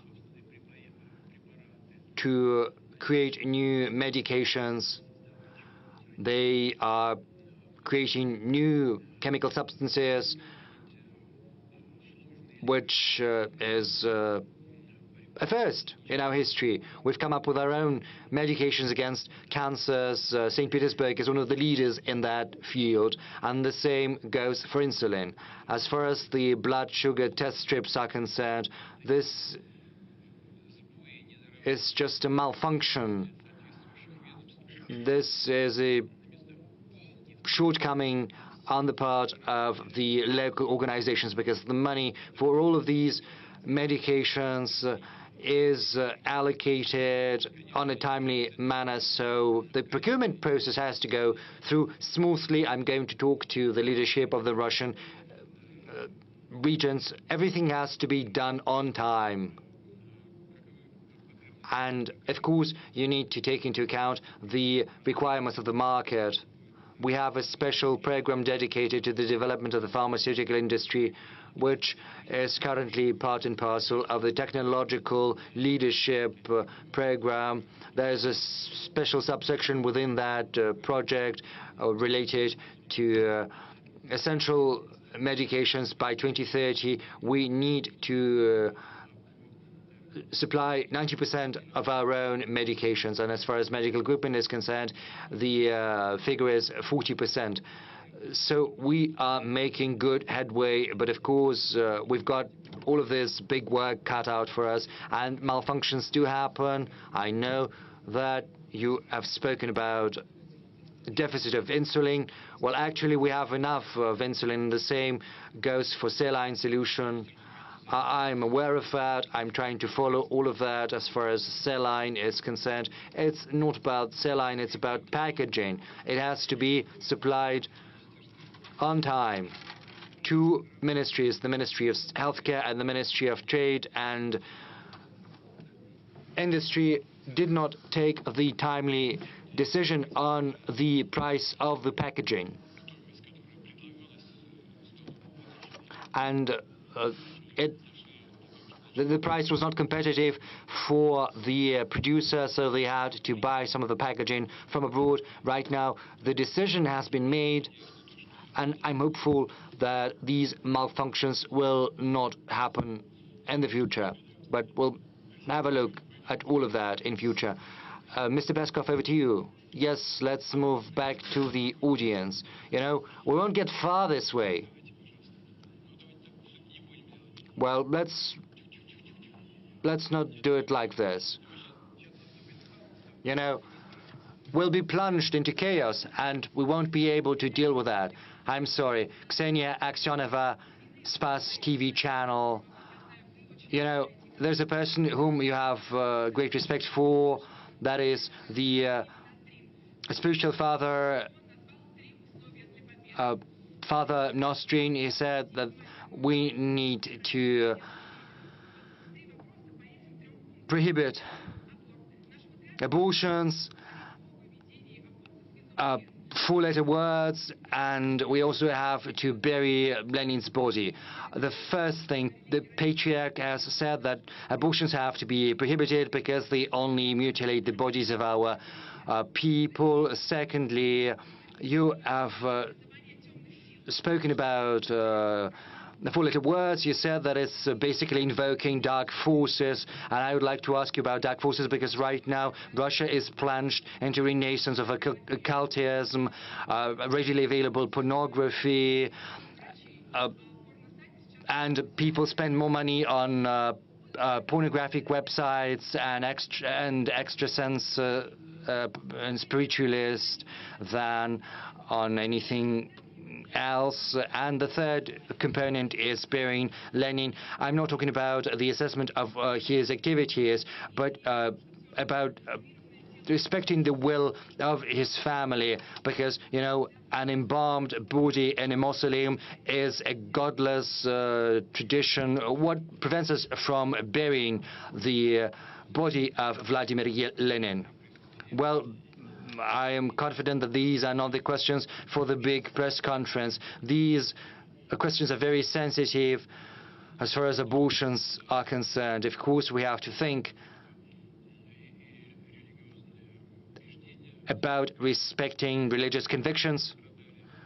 They have to be protected, of course, on the one hand. On the other hand, we have to address the demographic issues, but we also have to think about the level of welfare of Russian families with children. We have to think about their future, and we also have to think about the right of women to make these decisions. This is a very sensitive matter we cannot address during the press conference. nor can we address the issue of pornographic websites. You know, there are some people who are not happy with the fact that YouTube is being slowed down. I think porn websites are visited all across the world. It's as easy as ordering, you know, a beefsteak on the internet. I think it's an issue not just for us, but also for everyone. What can our response be? You know, there can be bans and prohibitions, but you always have to come up with an alternative. We have to come up with something which is more interesting than a porn site. Like, so that you go for an alternative, because, you know, you've been to a porn site and now you have to go for something more interesting, more passionate, something that causes greater interest. But in Russia, in particular, we shouldn't make any step that would drive a wedge in our society. This is what I think. But Ilya is correct, of course. I like him, and he told me that, and I listened to what he has to say. Let's move to the other sector. You know, there's Kolesnikov. Yes, Andrei. Good afternoon, Andrei Kolesnikov, Kommersant newspaper. Good afternoon. Mr. President, it's been almost 3 years since the beginning of war. We've all changed profoundly. The war has changed each and every one of us. But what has changed inside you? Have you come to understand something about yourself? And another question, if you don't mind, maybe no one is going to ask that question. No one is asking it. Some time ago, Joe Biden, U.S. President, pardoned his son, Hunter Biden, who had been convicted for perjury and the course of buying weapons. Everyone has expressed their opinion on this subject, whereas you chose to keep mum. So what do you think about that? Can you comment on it? Sometimes, you know, silence is gold. That's what they say. Sometimes it's better not to say anything. Thank you for the question, incidentally. As for the pardon Joe Biden gave to his son, even though he had promised not to do that. You know, this is a very delicate subject. We've got examples in our country's history. We know this famous painting, Ivan the Terrible and his son. We know about this painting. Maybe that's a legend, or maybe it's not, as is probably what happened to Peter the Great's son, Alexei. What happened to him? Maybe it's a legend, maybe it's not. Or what happened to Stalin? This was not a legend. When Stalin refused to swap his son Yakov for the German Marshal Powell's, he said he would not swap a soldier for a field marshal. And back then, even surrendering into captivity was considered a treason. And, you know, the nation was on the verge of not a defeat, but a total annihilation, I would say, of the entire nation. So it was a matter of life and death, of survival of the nation. And the measures and policies taken to win were rigid, tough, and sometimes cruel. And given that sentiment that was supported by Stalin, he wasn't able to save his son. He said what he said and he did what he did, and his son was executed in a concentration camp. And Field Marshal Pauls was used during the Nuremberg trial, and no one expected to see him when he entered the courtroom. With respect to Biden, You know, he's a politician, so whether you have more a politician or a human always is an important question. It turned out that Biden had more of a human being, so I wouldn't condemn him for that. And there was also part number one. Whether you have changed over the past 3 years. You know, we all keep changing every day, every hour. All the visitors of this room, all the streamers, we are in a flux, and those 2-something years have been, well, a tribulation for everybody, for the entire country, and for myself.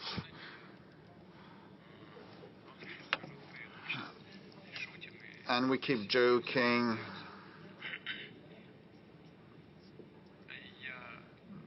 Despite that it has been a trial.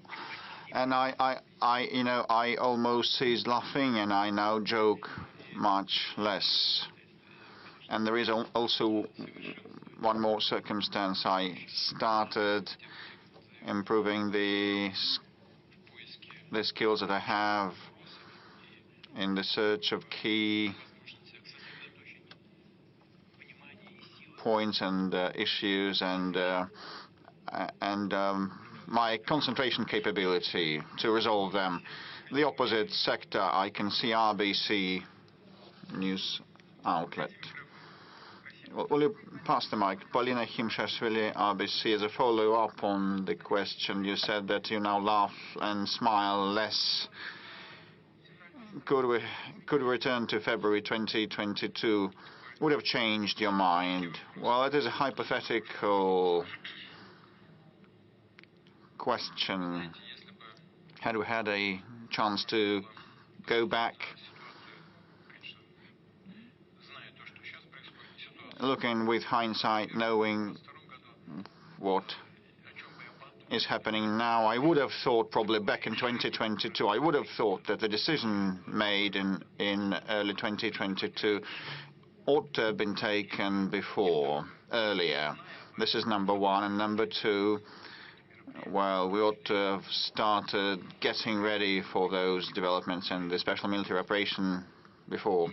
And the Crimean developments were kind of off the cuff, offhand, impromptu. And the 2022 also, we started because we could not tolerate it anymore and wait for the situation to deteriorate further.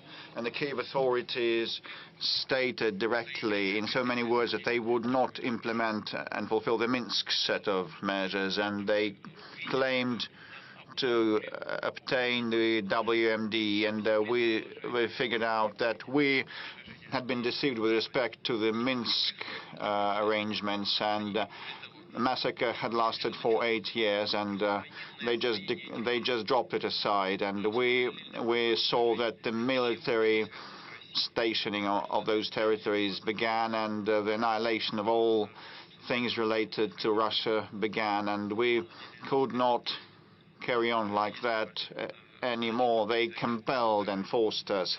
Had we known in advance what would happen, we would have prepared in a systemic, real, serious way. This is what I would have thought. Dear friends, we've been working for more than 4 hours. We've exceeded the 4 hours duration. Let's allow these colleagues. Ura, daughter, will you please stand up, lady? Pass the mic. Thank you, Mr. President. Ekaterina Lazareva, Ura News Agency. You have mentioned some of the European leaders. So I would ask the following. In 2025, Russia will mark 80th anniversary since the victory in the Great Patriotic War, and you start inviting international leaders. Well, if we recall, this year France celebrated the Normandy Day, the Normandy landing day, and they didn't invite us. And the Auschwitz anniversary, liberation anniversary, also was celebrated. You were not invited. But have you submitted invitations to the former anti-Hitler coalition representatives to attend this future forthcoming anniversary? Is it important for you to see US, France, and Great Britain represented? As regards inviting us to events, we do not seeking anything like that. We are fine at home, and we should strengthen ourselves, and this is the overarching policy of ours. And second, we will never forget the sacrifice suffered by our nation and brought to the altar of the victory. We will never forget that. And other countries, naturally, today are trying to pass that into oblivion. This is part of their anti-Russian campaigning. But this is up to them. We will be glad to see everybody wishing to attend this glorious red letter anniversary. Well, I do subscribe some invitations, but it's principally the responsibility of Foreign Ministry. My position is that we'll be open to anyone wishing to attend. We'll be glad to see everybody, included the anti-Hitler coalition members who back then contributed considerably to the victory over the Nazi Germany. The United States and Great Britain with their northern convoys, and there were very many feats and heroes there, and some of the veterans have survived to date, and the British sailors were heroes. And when they disembarked in France, in the north of France, the Americans also acted in heroic ways, but their casualties and their participation, their contribution is not comparable to ours. And the Soviet Union lost 27 million, the United States 500,000 people only, the United Kingdom less than 400,000 people. In the First World War they lost 1.5 million. Conversely, so the contribution had different weights, but their participation was important. And but when I became president, we repaid everything. The Lend-Lease debt. Also, the Americans recovered that from us in full. And we have repaid that despite so many years. But we appreciate the contribution of the allies, and we'll be glad to share the joy of victory with them. We have lots of questions still. Let's ask someone in the room. Please don't make that much noise, otherwise I will conclude. Yamal, I can see Yamal wishing to take the floor. Mr. President, good day. Yamal Media, Zhazdin, and the Western countries have imposed more than 40.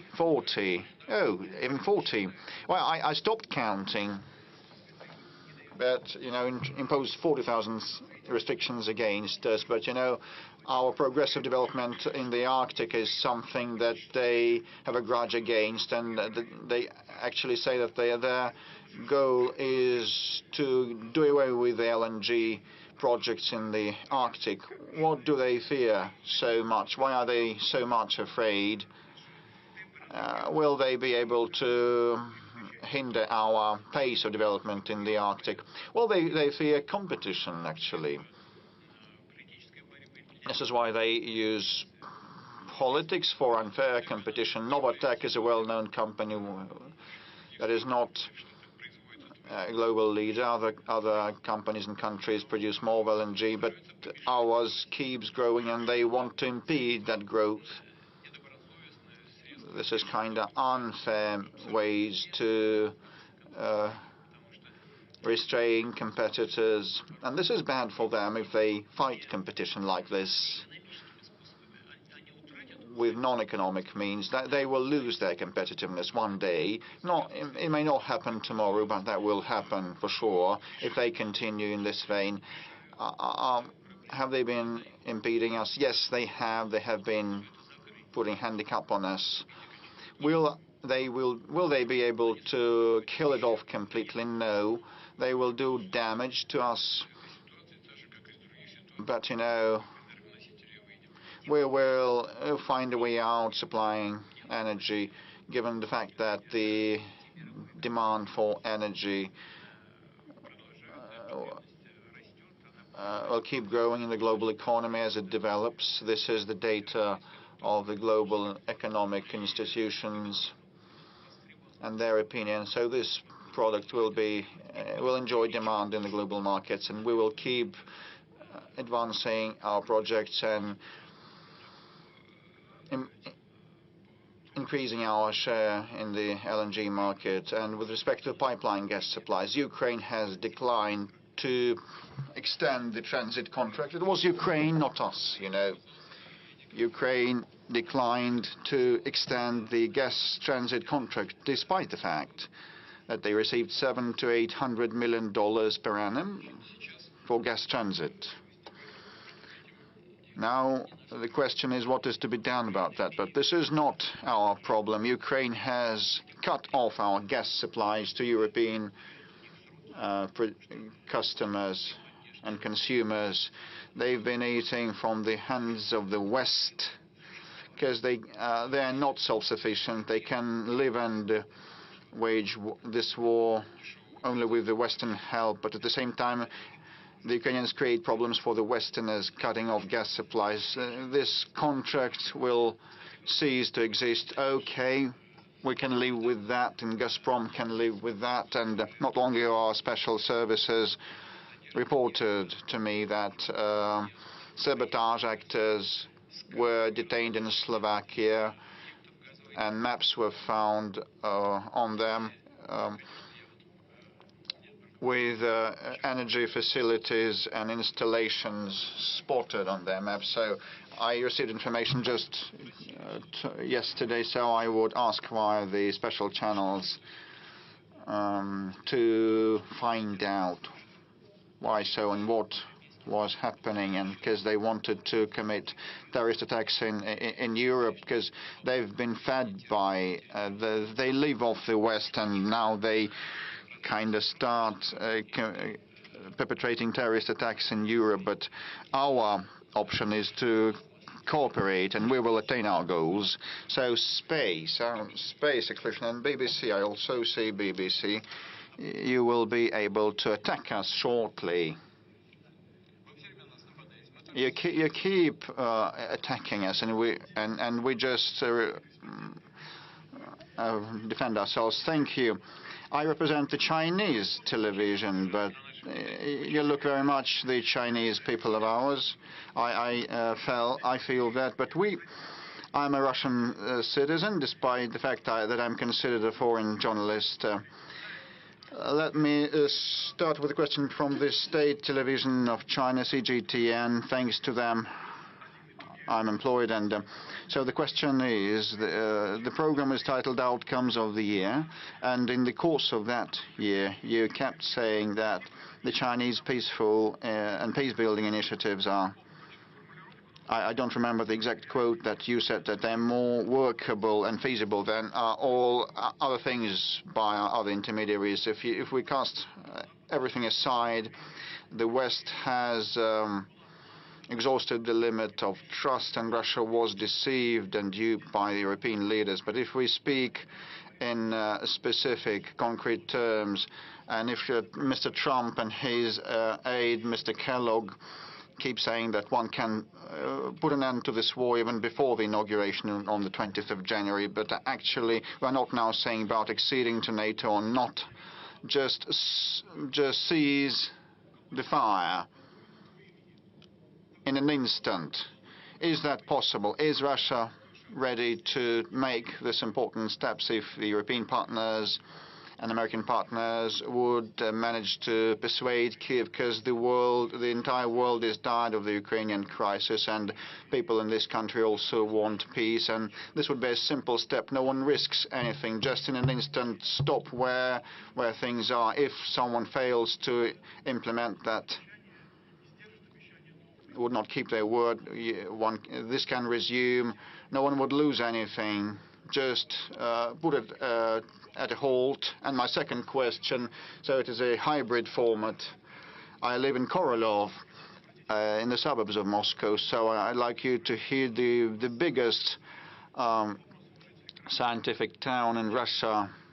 So now at the Khrushchev Center, the National Space Center is being built, and the residents of the town of Korolov, just 250,000 people, just are bewildered, and they do not know whether we maintain this space capital status, because actually we need to have a special probably economic zone on the territory of the house building plant, because we should reinstate Korolov as the historical space exploration capital of our country. And we need a third entrance to our city, because we have huge of congestion. 4 hours we spend in those traffic jams.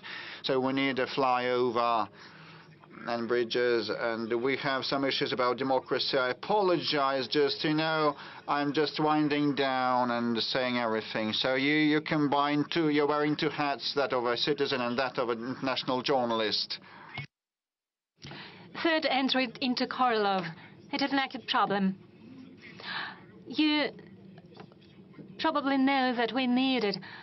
We cannot spend so much time in the traffic jams, and I believe that the whole population of Korolov is applauding me right now. If you are able to resolve it, we will be just happy. I'm sorry for having taken so much time.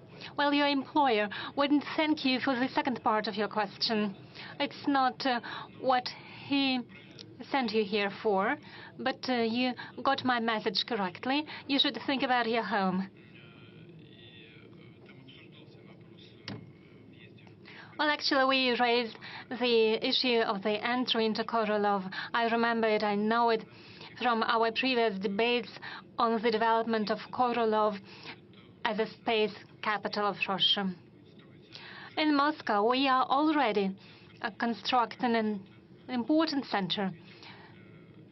It is important for the development of the space industry, but the town of Korolov is a recognized center of space industry. I'm not going to go into detail, but Korolov, as a scientific town, undoubtedly deserves its due attention. I'll necessarily raise this issue with my colleagues, with those who deal with aviation and with space.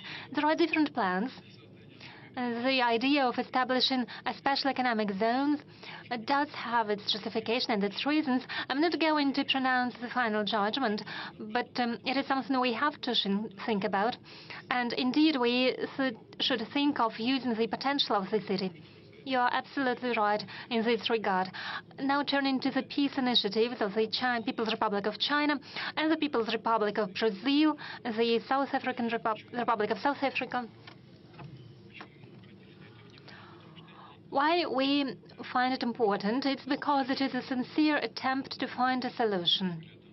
From our point of view, this attempt is a balanced one, and it is not imposing anything on any of the parties, neither on Russia nor on Ukraine.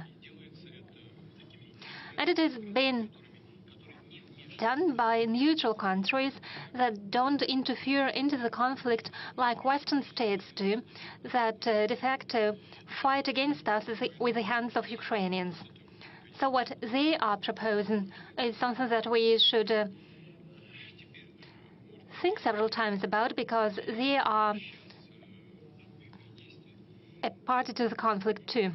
Well, about your proposal regarding the ceasefire. Well, you know what's happening on the ground is attrition of the military equipment, munitions, and most importantly, the troops on the part of Ukrainian armed forces. We see the attrition. That's what's happening really on the battlefield. Our army is advancing. The adversary cannot get a foothold on and can entrench on the positions that it has left. They leave the areas, and even if they take over some areas, they cannot entrench in these regions. If we declare a ceasefire for a week, it will give our adversary the opportunity to entrench themselves, to receive munitions, which is very important, and something that is equally important from the point of view of training the troops. Well, right now they are simply recruiting people on the streets. They simply catch stray dogs, them like stray dogs. But stray dogs are at least put into special centers.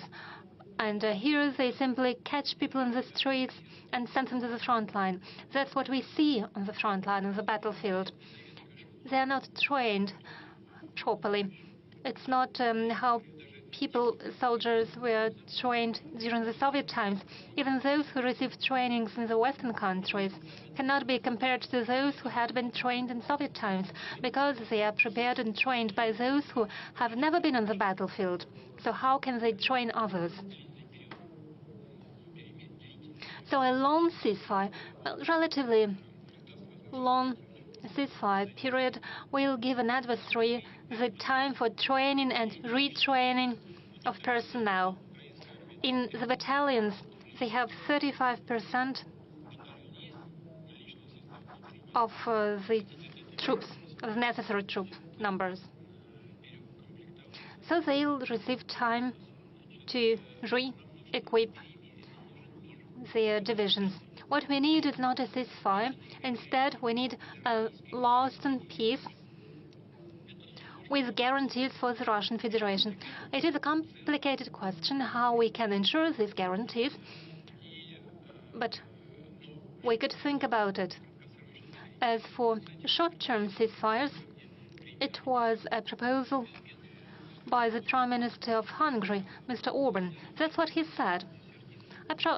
I hope Victor will not be angry with me if I reveal at least one part of our conversation. He said, "What would it cost to you if you announced to declare a ceasefire for at least a day or two?"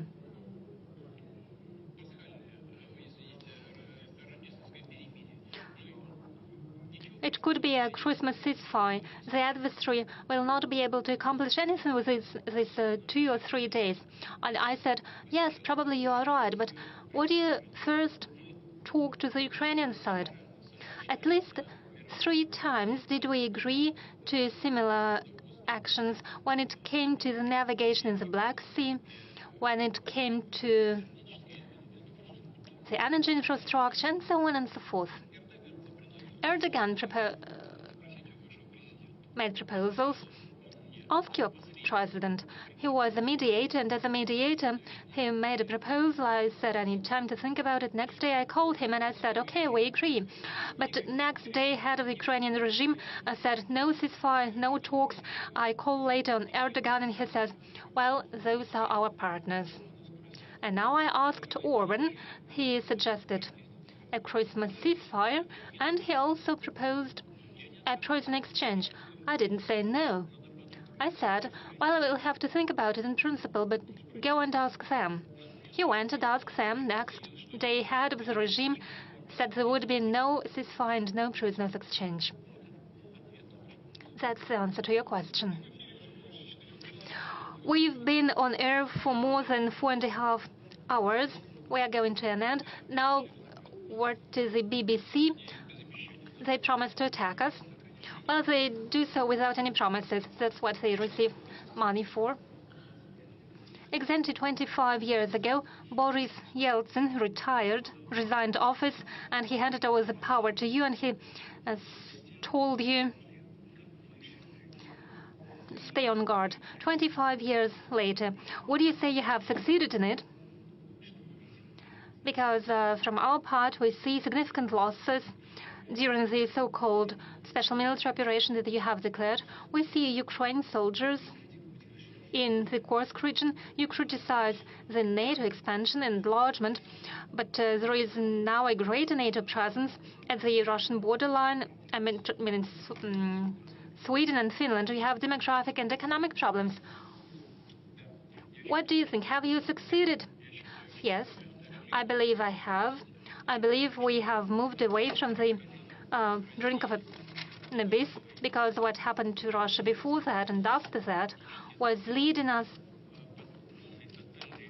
to a complete and total loss of our sovereignty. And without sovereignty, Russia cannot exist as an independent state. I would like to draw the attention to what you said about Boris Yeltsin. It looked good. One patted him on his shoulder. One preferred not to notice when he drank a bit more than he should. And he was warmly received in all Western circles. But when he raised his voice to protect Yugoslavia, when he said that it contradicted international law in the UN Charter, as soon as he said that it was unacceptable in modern Europe to attack Belgrade, the capital of a European state, without any sanctions imposed by the UN Security Council, immediately was he persecuted, and immediately one started criticizing him. Don't you remember it? And I've done my utmost to make sure Russia is a sovereign and independent power that is capable of taking decisions in its interest and not in the interest of those states that tapped it on the shoulder in order to use it for their own purposes. It's where I could stop my answer. I understand that you provided many arguments to substantiate your point of view. You mentioned inflation. Yes, we have inflation. We are going to fight against it. But we have good economic growth. We rank number 4 worldwide in terms of purchasing power parity. Please share it with your audience. We rank number 1 in Europe. We have left the UK behind. But we are ready to work with the UK if the UK wants to work with us. But if it's not the case, we can do without it. We can do without our former allies in the anti-Hitler coalition. Mr. President, there are many questions from the Russian citizens, so I suggest that we move on to the Blitz format. Do you have a personal dream? Of course I do. But it is a personal dream. May I please keep it to myself? A question from social networks. Alexandra Okupova asks, are you a happy person? Do you think it is a question for a Blitz? Shall I say yes or no? Well, how can I put it? Yes or no?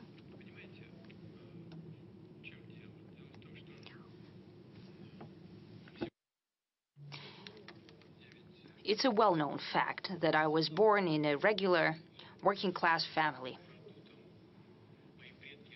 As for my forefathers, they used to cross the Danube River, and I have a document that says that one of my forefathers was awarded the St. George's Cross for that. Later, all of my relatives on my mother's side, on my father's side, fought in the Great Patriotic War. Every second of them died. My father was invalided out of the Great Patriotic War. I used to serve in Foreign Intelligence Service, so my work has always been connected to serving the motherland. And the fact that Russian citizens, the people, have entrusted me with leading the Russian state is a tremendous honor and tremendous responsibility. In essence, I could say I'm happy with that and thank you. However, I should be more God-fearing maybe and saying, what else should you expect? What more can you wish? However, the happiness will not be complete until all of our guys return from the front line, until they meet their mothers and wives, until their children hug them, until our young people, girls and boys, create the necessary number of families necessary for us, for Russia, and have children. I really want our scientists and cultural figures and so on, I hope they can fulfill themselves, and then I can say that I'm happy. There was a question from St. Petersburg. Why are you being called different names by the foreigners and you don't respond?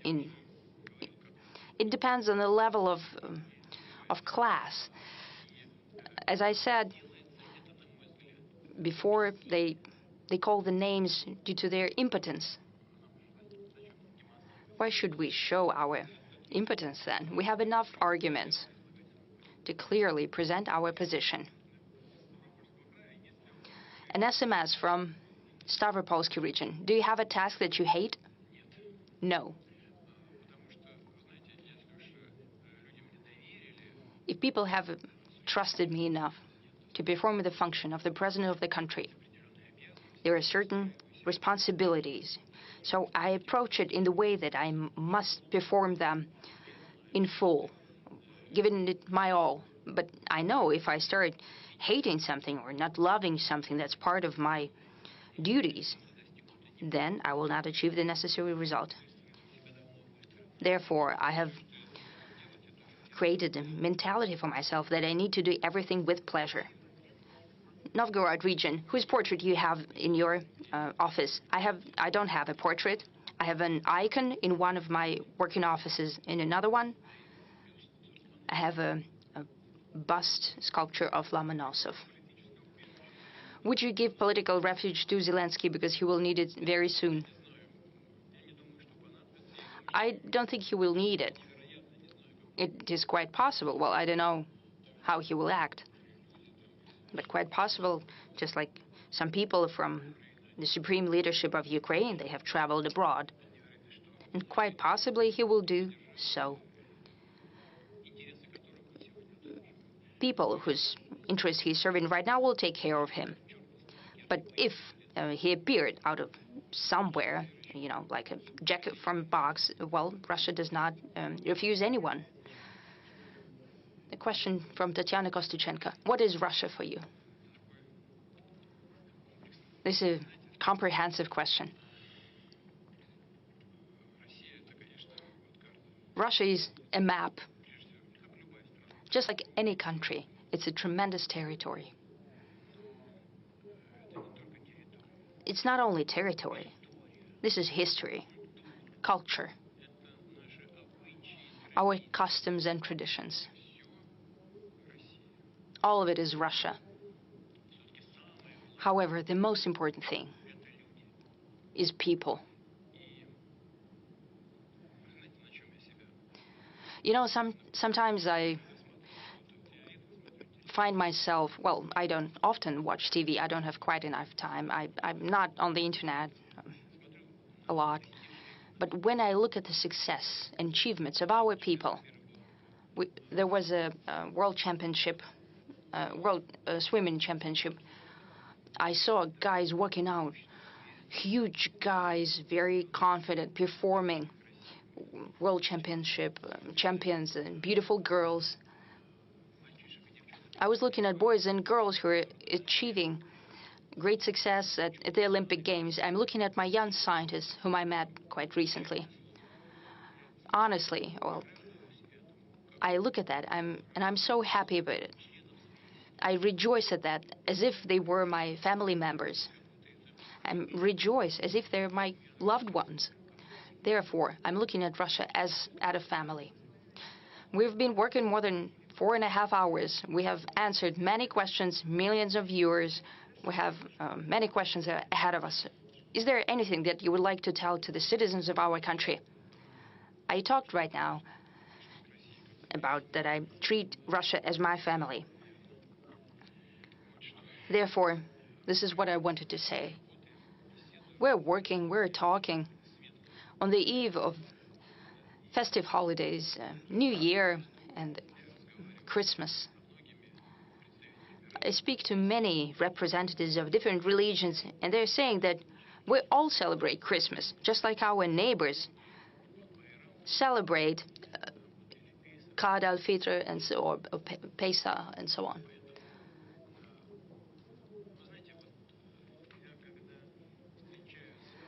You know, when I meet with the representatives of different religions, I ask them, when you talk to people, just a regular conversation, what do people tell you? What do they regret? It's not naturally the secret of convention. But you know what people regret? They did not spend enough time with children, or did not dedicate enough attention to children. On the eve of the New Year, which is a family holiday, and especially Christmas, I would like to wish everyone to dedicate more attention to your loved ones. I would wish to all of you success, well-being, and health. Thank you.